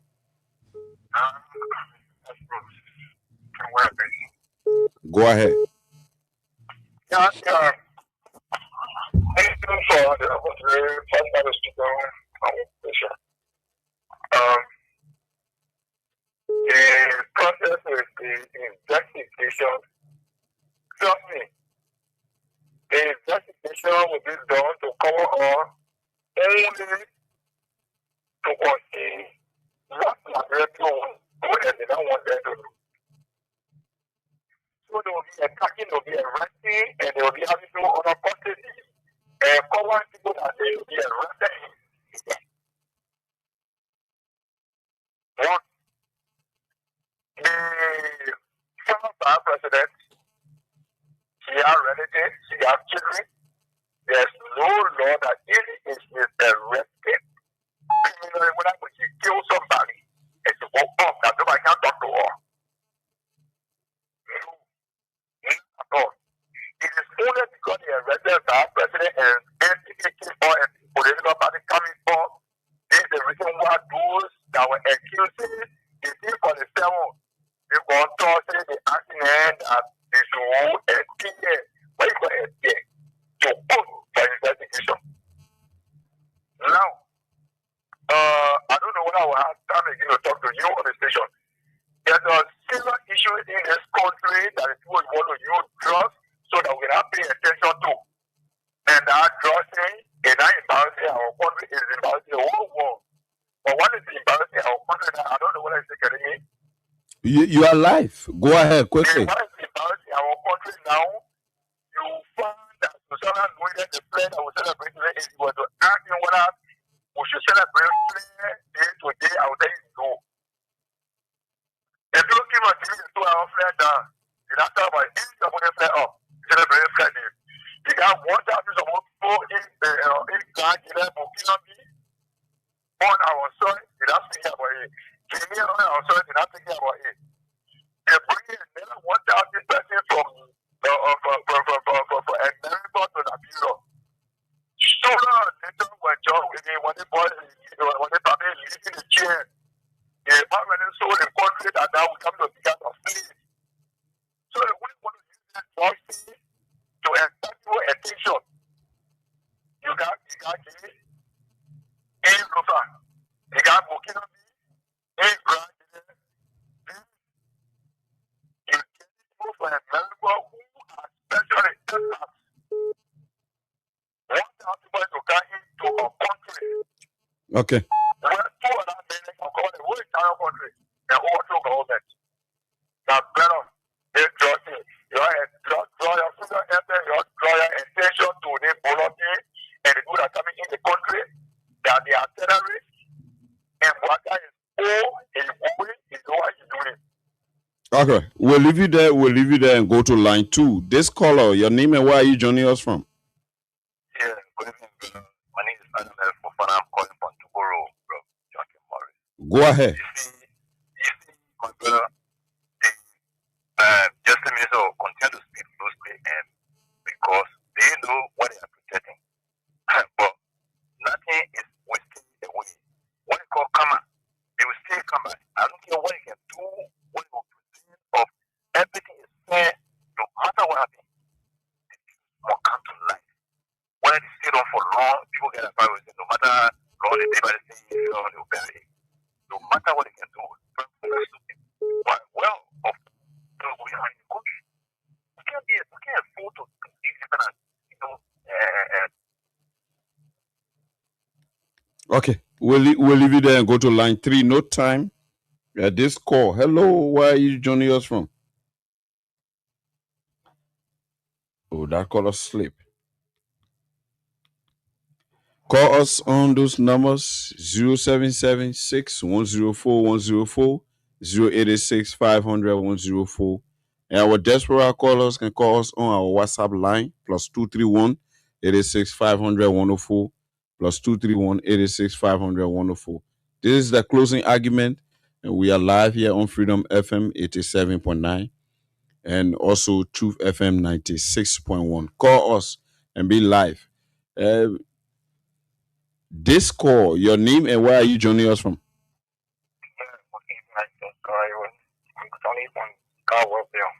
Go ahead quickly. Yeah, you see, what we discussed here for the judge issue, you know what the main people are supposed to go beyond, they don't want to go beyond. They're trying hard to cover up all of this judge issue. But you see, we just sit down Washington. Whosoever hand us in the job, and they already do who they all hand us into the job. But we just watching them waiting for something now. After the election, we're bringing everyone back up. We're not saying that it will come out. Everyone will come out. That's what the president was doing. You feel like that all the putting the other down because you know putting the other down. All the secret without just so that one instead keeping it. So without watching, we're only waiting. President now we'll get to do our waiting on it. Okay. Okay, we just waiting. That was a caller that is waiting on 2029. Welcome. Your name and where are you joining us from? Oh, that caller slipped. So, Mr. Pee-wee, while we are waiting calls.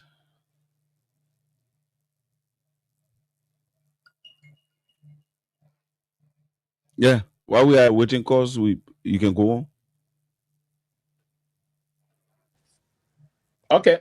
Yes. Mr.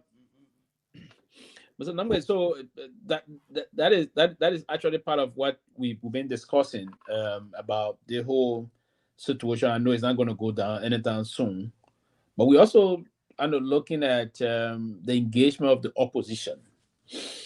We haven't heard. I know the CMC being one of those very vocal to admit the CMC being very vocal about this job situation. They've been coming out with a lot of position statement and recommendations at a certain point in time.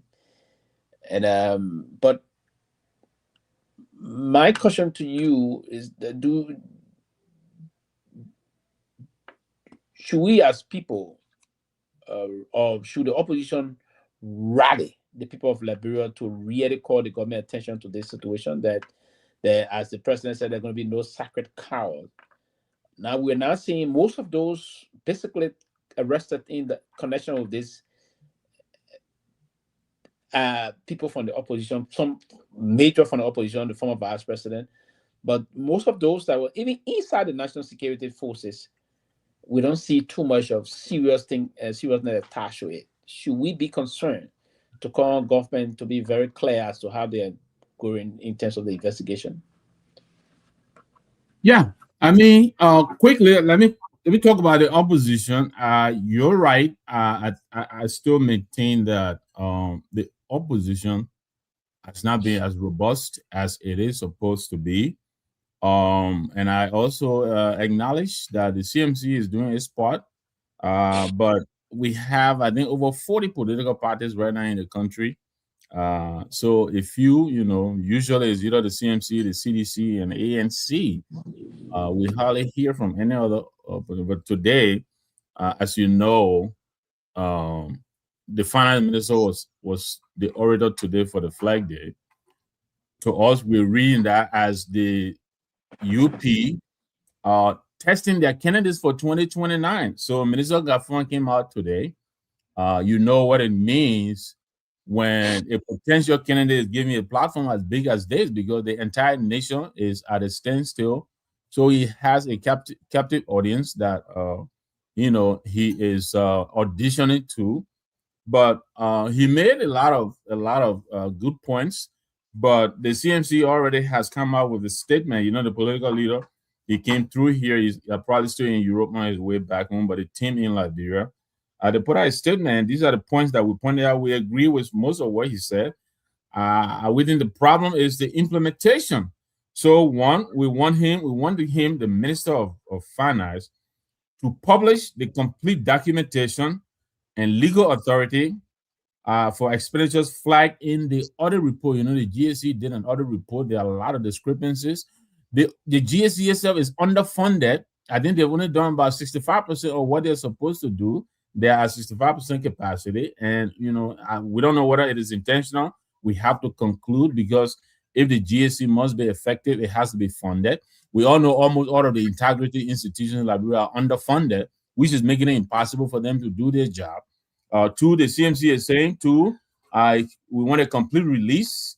We want to complete and release the revenue reconciliation report together with an action plan, responsible institutions, and firm deadlines. Three, we want to provide the General Auditing Commission with adequate, timely, and independent funding and implement its recommendations. The recommendations that GSE put forward. Four, we want him to complete the reform for meaningful public disclosure of officials' asset.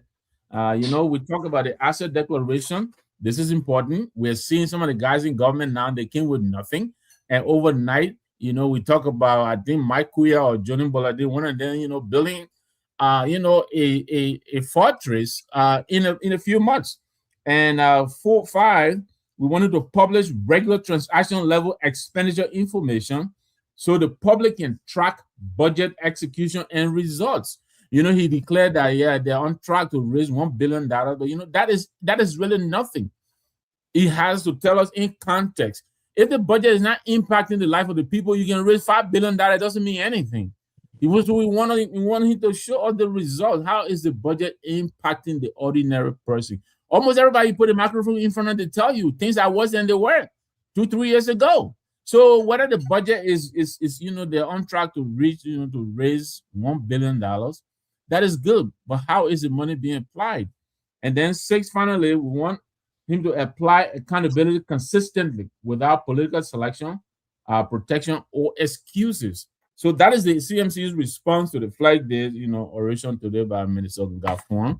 I'm almost certain the ANC will come out with something like that, and I believe the CDC will. So yeah, but again, like I said, it can't just be 3 parties always speaking on behalf of the entire opposition. There are a lot of us. We need to come together. I mean, we have Sir Joseph, you know, he has his party. You know, where are all these people? You know, we want them to join the opposition. Now, coming back to your question, yes, within this process, there is a lot of selection that is, you know, selective execution of the mandate of this government. You know, we know that there are a lot of these people who were accused in this. And true, I mean, today Martin Colley published a list of them. I can't keep track. But, you know, remember we started with Michael Brown and Oscar Brown. You know, these people, one was in Asia attending the conference. What has happened to those people? I don't know. Then the King brothers, one is in detention. Paul is in detention. Where is Peter? I don't know. Where is Mark Queer? You know, where are these people? Are they in detention or not? These are the updates that we expect the government to be telling us, but they're not. And it seems like they are vigorous in going after the opposition than they are with the people who have been a part of the rescue team.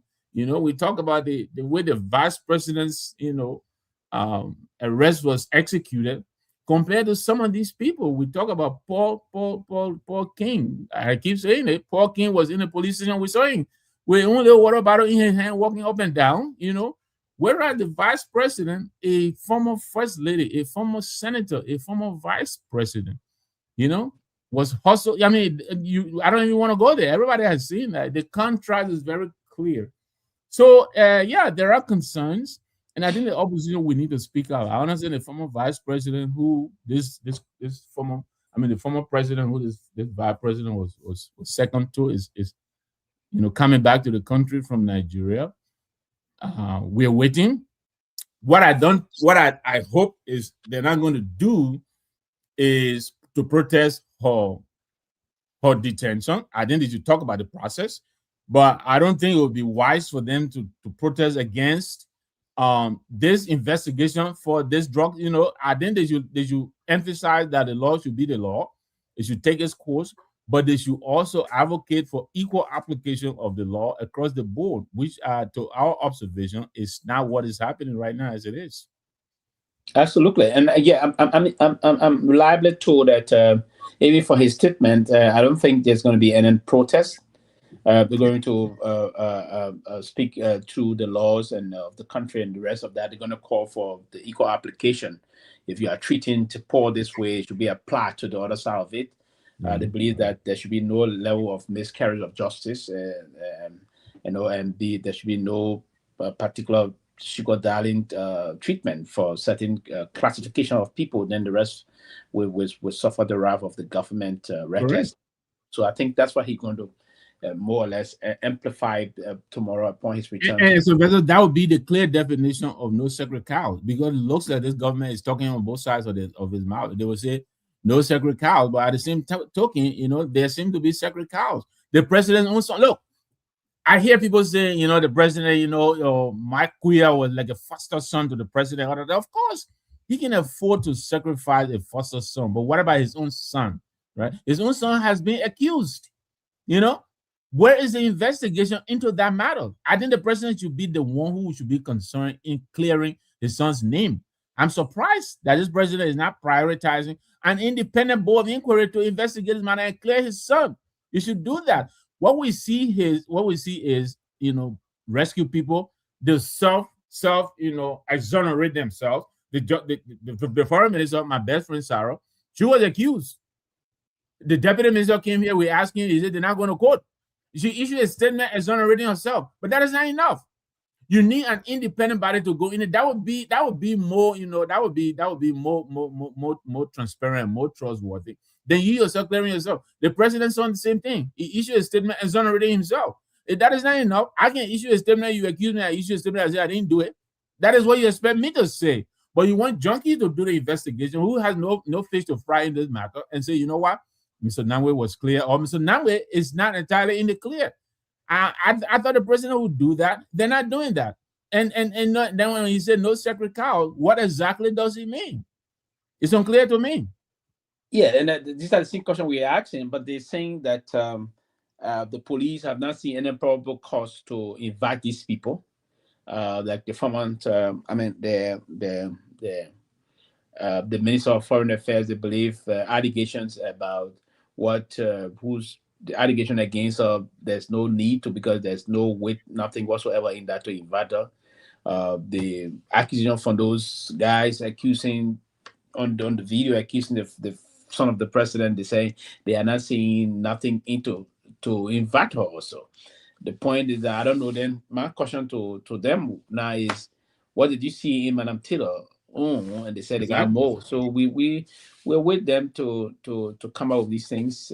But Johnny Nanda admitted, what I'm hearing is that they want to use Johnny Nanda as a state witness. Right. Now, how can you use someone as a state witness? First and foremost, tell us what he did before. Yeah. He linked to this. Can you charge him? They don't also, okay, we can drop the charges, but kind of let us know. So the fear is that Johnny is threatening to talk out, and certain powerful individual in the government, they don't want you to do so. So they say, okay, no.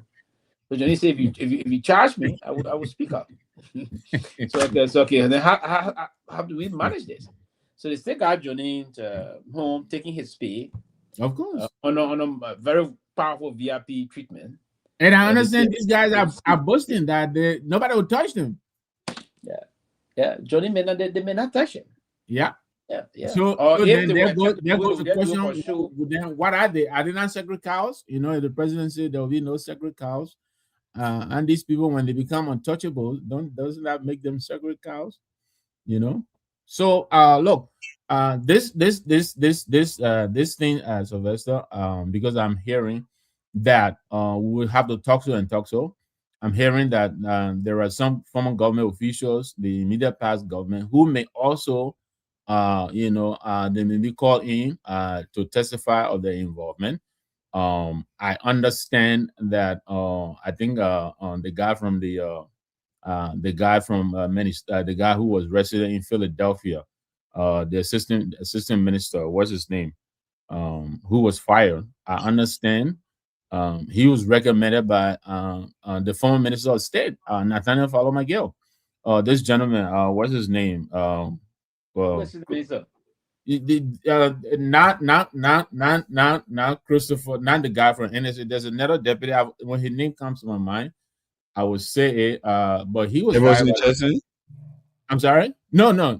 This person was in government. He was a minister in this current government, and I think either from defense or so. I will find a name. I'll tell you.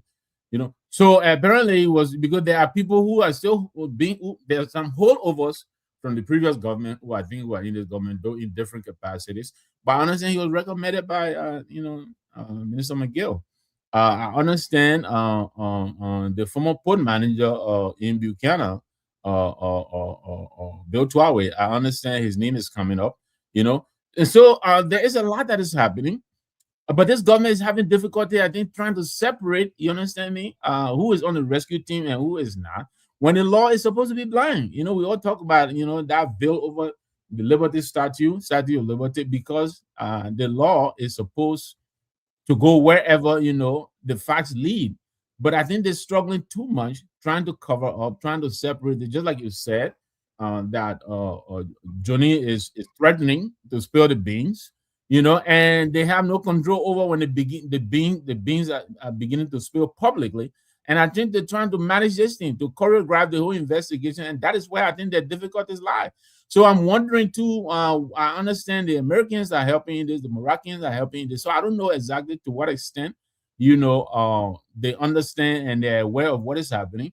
But I think they can hold the lid over this thing for so long. I think it will become increasingly difficult for them to continue to keep everything under wrap as they are doing. Somebody's going to come out and begin to spill the beans very quickly. And I think if they don't take care of this government, if they're not careful, it's going to collapse, because I understand there are a lot of people in this government. You remember the former LDE deputy, when he said that, we all talked about it briefly and left it alone. Guy Fokpa. Fokpa was in a position to know a lot of stuff that you and I don't know. And he publicly said that, look, this drug business in this country here, there are a lot of people involved in it, from the executive to the legislature to the judiciary. He said that. Gregory Coleman himself came out and said, there are lots of big people in government involved in this thing here. So I think their problem is trying to separate, they bring in the little people in little by little, and then the big people, they will put them somewhere, try to watch them and bring the little pieces and throw it at us and all of that. But I think sooner or later that strategy is going to hit a brick wall, and I think they will be compelled to come clean on what is happening. But we'll be watching. Absolutely, and that's going to be the basis of what is going to. That's what we're hearing. We're hearing a lot of things coming up, but we hope to engage the government and hear from those also discussing and see where we're going to go, because it's not going to be about this. But I'm glad that the political institution, the CMC, other political parties are also actively engaged with this matter. It's important because it's about the country legacy, right? The forward march of the country, if care is not taken and the rest of that, But so I gotta go.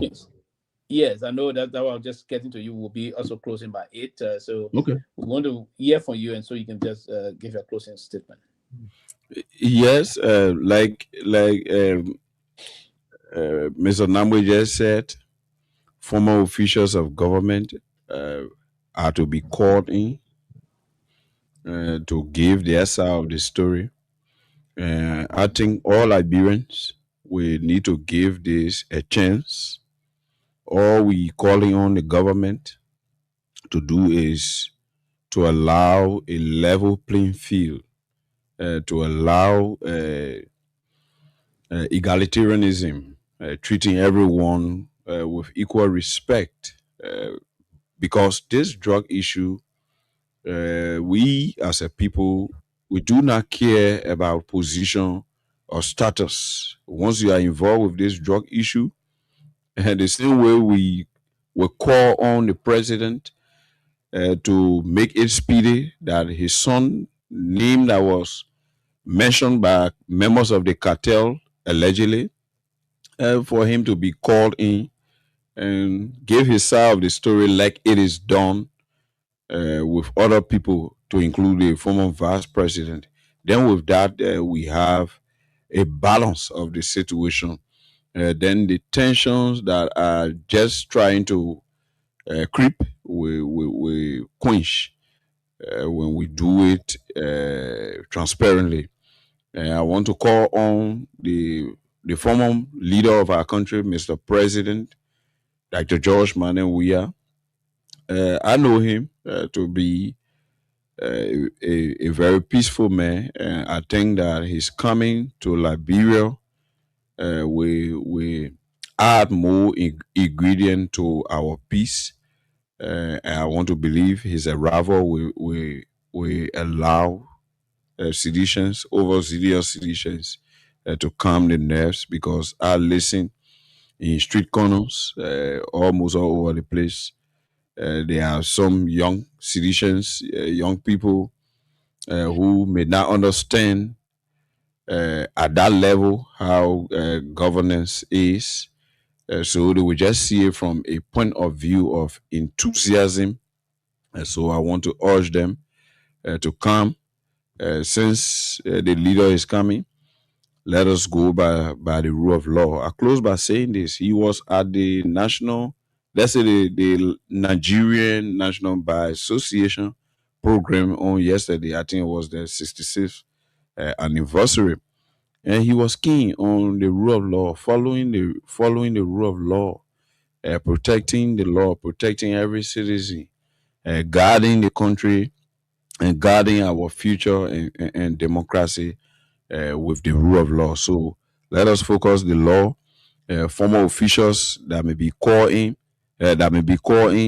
nobody knows who is who. Probably the facts are available. That's why those people are being called in. All we need to do is treat everyone with dignity. Don't try to show segregation, which will not be good for the process. So I urge the government to speed up the investigation. Make sure those that should be arraigned before court as soon as possible be arraigned, so that this matter be drawn to a logical conclusion. Because we as a country, we have a lot of things to do, like the other caller said, the border situation and people encroaching on our land, violating our territorial integrity, is not being looked at keenly by all of us Liberians. And we are now just focused on this drug situation, even the situation with the NPA boss being involved with, I would say, alleged corruption, double dipping. All of those things are not really being focused, just this drug issue. So all of us, we need to know that this is the only place we belong. This is our country. Let us place intelligence and reasonable judgment above our feelings, our emotions, and insinuation. Then we'll be a better place. Liberia will be safe, peaceful, and Liberia will become prosperous and developed. Thank you. God bless every one of you, and hope to be here on tomorrow. Thank you, Mr. Morris. Thank you, and have a very pleasant night. Thank you, Jenkins. Have a good night. Good night. Yes, thank you. Yeah, so Mr. Namit, basically that's it. You know, the country we are set to go to elections come 2029. Right. A lot of things are currently unfolding in terms of and this drug situation is, I think, it's an extraordinary distraction for the Unity Party. They should more or less be focused on creating more jobs opportunity for the people, improving our very poor infrastructure stage, right? Trying to improve the infrastructure level of the country, trying to improve the health sector of the country, the educational sector of the country. I don't even want to talk about rural connectivity. Then you have the drug situation here. They're struggling. Do you think this is a game over already, or they still got room to redeem themselves? Well, I mean, I have to be as optimistic as can be, but It is starting to look like that, because you're very right. I think the way they are handling this drug case, it is consuming a lot of oxygen. I mean, a lot of oxygen. I think it is a distraction for them, unfortunately. We pointed out here to the Deputy Minister of Information the other day that he is one of those people who is stepping on the message of this government every time. He comes out, he sucks up the oxygen because of the way he expresses himself. I think they're having difficulties communicating what it is that they're doing for the Liberian people.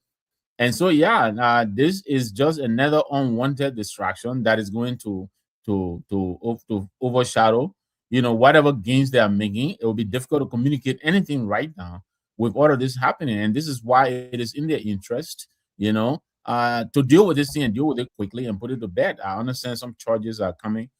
I listened to Henry Costa on another platform yesterday, who is not the government, but surprisingly, he has become the spokesperson for the government. He seems to have a lot of inside information. I don't know what that says about, protecting, the government, secrecy. He He's said not. charges coming for who? According to him, there are charges coming this week for most of these people. Who's some of the names that we've been calling here? Some of these people that we were saying, for instance, I don't know, Johnny Bolladin, for instance, has been charged. I don't know if he has. So I understand there are charges coming. So maybe they're getting ready, because according to what Mr. Costa was saying, that he think the investigation is over, and so now they will begin to move into the courts now to bring these people to trial. So the sooner they get rid of this, the sooner they wrap it up, I think the better it will be for them, because time is running out. But let me just say this quickly, because you brought that up too. The CMC, through the political leader, through his usual letter from Sackley Pier, which he issues every Sunday without fail, he is calling on the president to choose his own legacy, right? And the CMC is making the point that, first of all, the president should not run for re-election. And we are not in the business of advising the president on his political life. But there are some practical reasons why we're saying this. One, the president is 81 now. Around the elections, he would have been around 84 or so. And when he's inaugurated at the end of the second term, he'll be in his 90s. Look across Africa and tell me who is the other 90-year-old we know. This guy from Cameroon, Paul Biya. You see Paul Biya walking and shuffling? You understand me? We don't want our president to be at that stage. Why?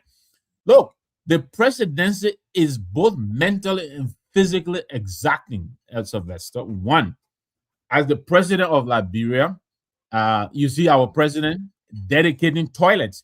They let him do everything. You understand me? He has to go to birthdays. He has all over the place. You're talking about 85, 86, 87-year-old going to these places. That takes a physical toll. Then mentally, you have to sit and go through the decision of, okay, I know Joel Howard Taylor. She's my daughter. But now they brought me all of this information. Should I go ahead and let the law take its course, or should I just paddle? Should I just go ahead and paddle?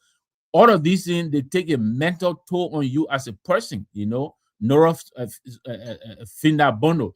I understand she's the president's niece. She's a kissy girl. So all of these things he's dealing with, mentally, they take a toll on you. You understand me? So now you got to sit through all the briefing. How long you and I, look, I'm in my 60s. You're my wife yet? Sometimes we get an invitation, we say, yes, we're going to go. But when the time is approaching, the body is telling you, yes, you can't make it today. Yeah. You're sister. Now somebody in there, almost in the 80s already. Thank you very much. 20 years older. Yeah. And then look, the president is not the most healthy president. With all due respect, he got a pacemaker. You understand me? We know how tired you get, and he's trying to go through this. Those are just some of the reasons. Second, when he does that, that relieves him of the burden of trying to be politically correct. Because right now he's trying to protect the next election cycle, the campaign. All that. He doesn't want to do things that will impact the next election run. If he does that, then those who want to run, as he said, for the vice president or the finance minister, then they will get out of the government and they go and start running, because now they know he's not running. That will free them up to go and campaign. Then they leave this government. Only those people who are committed to now will remain in this government and serve this government diligently. And those who have to worry about tomorrow, as in 2029, get them out of the government. But he's mixing the two up, and I think this is what is giving so much difficulty, because there are people in this government who are doing everything to protect tomorrow. They're wrong when they start to run, and that is conflicting everything that this president is doing. And so we're advising him he should announce that he will not run, and he should not run. Then that will give him the opportunity to do well here and protect his legacy. Otherwise, he will lose both. He will not succeed here, and he may fail in running, because we're not going to let him win again. I can tell you that. The CMC is coming. We're rolling. So, clearly, I know my UP friend will not like this. Some of them have already, started talking about it. It's not our place to tell the president what to do. But there are practical reasons why we're making this suggestion to him. It's just a suggestion. Because you mentioned election, I had to bring that up. But that's what we're telling him. Let him consider this. Make an announcement, get it out of the way. Those who want to be in election, let them go ahead and begin their campaign and all of that. It will free them up. Because right now they're watching. They don't want to overstep. They don't know whether he's going to run, not to offend him. But we know the vice president is going to run if the president doesn't run. But he needs to give them time early enough. Let's not do it like Kamala Harris, who had 2 or 3 months to run her campaign because Joe Biden was in her way the whole time. That didn't give her enough time to go to the people and explain herself. He doesn't want to put his people in that situation. Yes, that is obvious. But I'm told from some insider that he's going to contest. Anybody that will say to him, "Don't contest," I'm told you'll be expelled from the Unity Party or the government. You'll be sent out the reservation. Yeah, he's going to contest. What I don't know is that if he's going to win. I don't know, but he's going to contest. Clearly, he's going to contest. The folks in the Unity Party believe that their best chance back to the presidency is Ambassador Boakai, President Boakai. They believe that an attempt to bring Kun against anybody, it will be troubling for them. So I think Kun on his own. He lacks the wherewithal to stand in political contestation in terms of a robust kind of a campaign, because a lot of things going to play against him, if you will. A lot of things he's not that politically savvy to deploy to kind of a very comprehensive way of debating the issue to gain the confidence of the people to vote for him. Remember, there's going to be a lot of stereotyping, if you will, relative to his orientation, if not. So you need someone, but personally, you will have to get the time. So their thought process is that for the old man to contest, get the job done, and then maybe the old man, if the old man cannot reach the finish line, up to 2035. Then the old man can call it a day, throw in the towel, and then step aside. Then Kun can come and finish the old man's second term, prepare himself more into the presidency. You say you've been a government official, to be government is very sweet, right? Look, let me tell you, that was the argument that the late Senator Johnson was making. Remember, in this very government that's serving now, that was the argument President Johnson was making to the people of Nimba, that look, our son is a heartbeat away, and we know this president. There was expectation that the president might not go to the full term of this, but look where we are. Exactly. Yeah. So I think that argument it can be made, and it is possible, but I don't know if the president. Yeah, I've heard that argument that he might be the only person who can actually win this thing for them. And if he does, yes, he might probably hang around for 6 months to a year and then pass it on to the VP to fin that term, making it stronger for the next round. I've heard that argument. But look, let me tell you, the president came into this presidency. First of all, he came in, you saw the margin at which he won, right? People were still kind of trying to feel him out, though he was the vice president. But he made a case that he was never given the opportunity. He was a parked car in the garage. So now the people are giving him the opportunity. When he runs again, he'll be running against his record. Well, what is the record that he's going to be running against? That is a question that he will make him answer. What is the president going to be running against? It's not anymore that the squeaky looking clean Joseph Boakai, who people imagine him to be, you know, this guy who being government all, and still he said he was broke, living on loan because he refused to steal from the government, because that's why he's trying to imply. He didn't steal from the government, he living on loan, you know, then he said he could make a deal with the devil. How could the two go together? If you're making a deal with the devil, we all know the devil doesn't bring good deals, but that's what he said. But all of that, based on that, people gave him the opportunity. So if he's running again, he'll be running on his record of performance. And that is why the argument they're making that he may be the only person who could take them across the finish line. I don't know if that is an argument I would go with if I was on their team. But if they want to come with that argument, yes, let them come with it. We'll be ready. I mean, we have, I mean, they have given us enough material that we will be using against them, you know, from the no cost in the money 90 days. So I mean, there is a lot we have. That's a very powerful point, Mr. Nangwe. And he's going to the argument, and that's the argument. Oh, he's the only person they believe, because they believe that he's political, he got some message, his popularity, and more than that, he will make the case better than Kun would do. But I have, to the contrary, believe that Kun was even more younger than the old man. Yes. He should be more prepared to bring a forceful debate than the woman.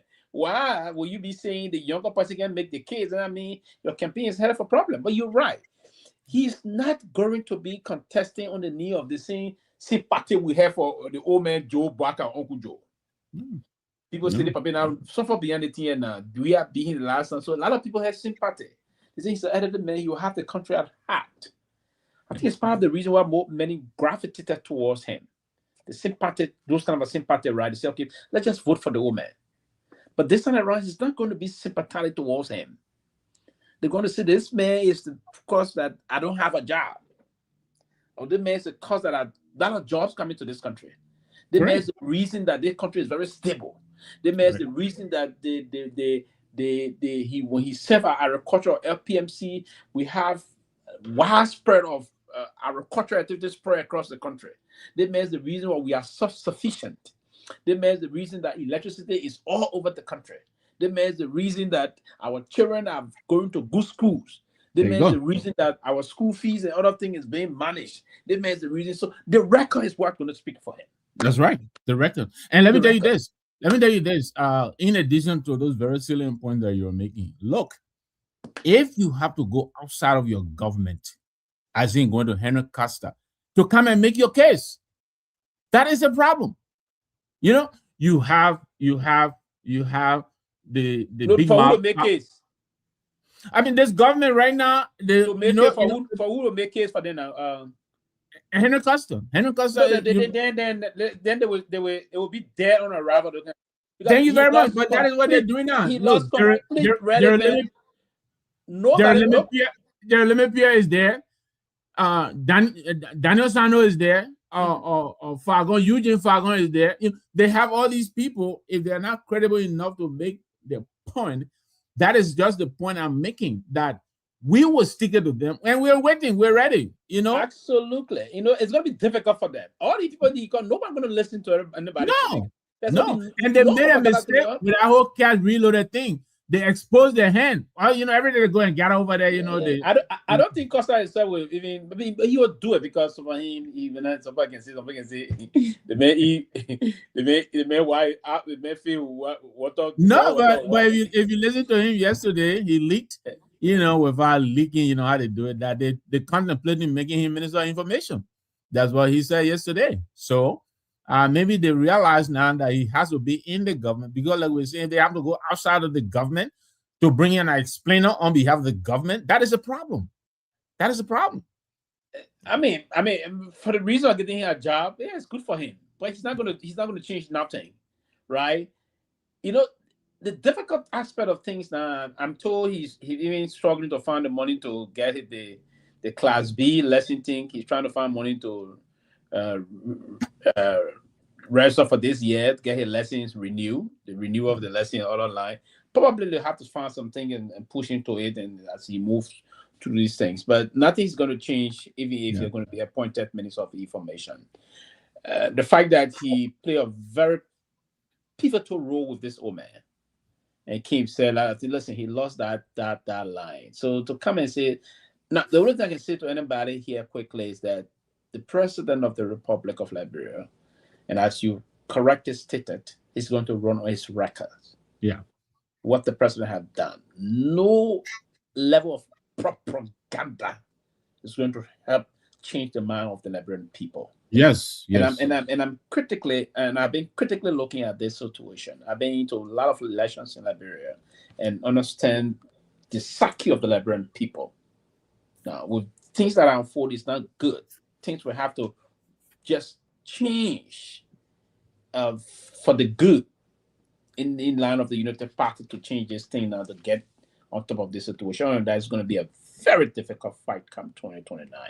I tell you this, Sylvester. No level of propaganda. I think this is one of the reasons the CDC will make it a point to always let the people know that most of the major projects that the government is announcing are projects that they initiated that the government is completing. There's a reason for that, because of the same thing we're talking about. Come 2028, 27, they will be asking them, well, what did you originate and complete on your own? Because the CDC is going to tell them, oh, what are you going to tell us?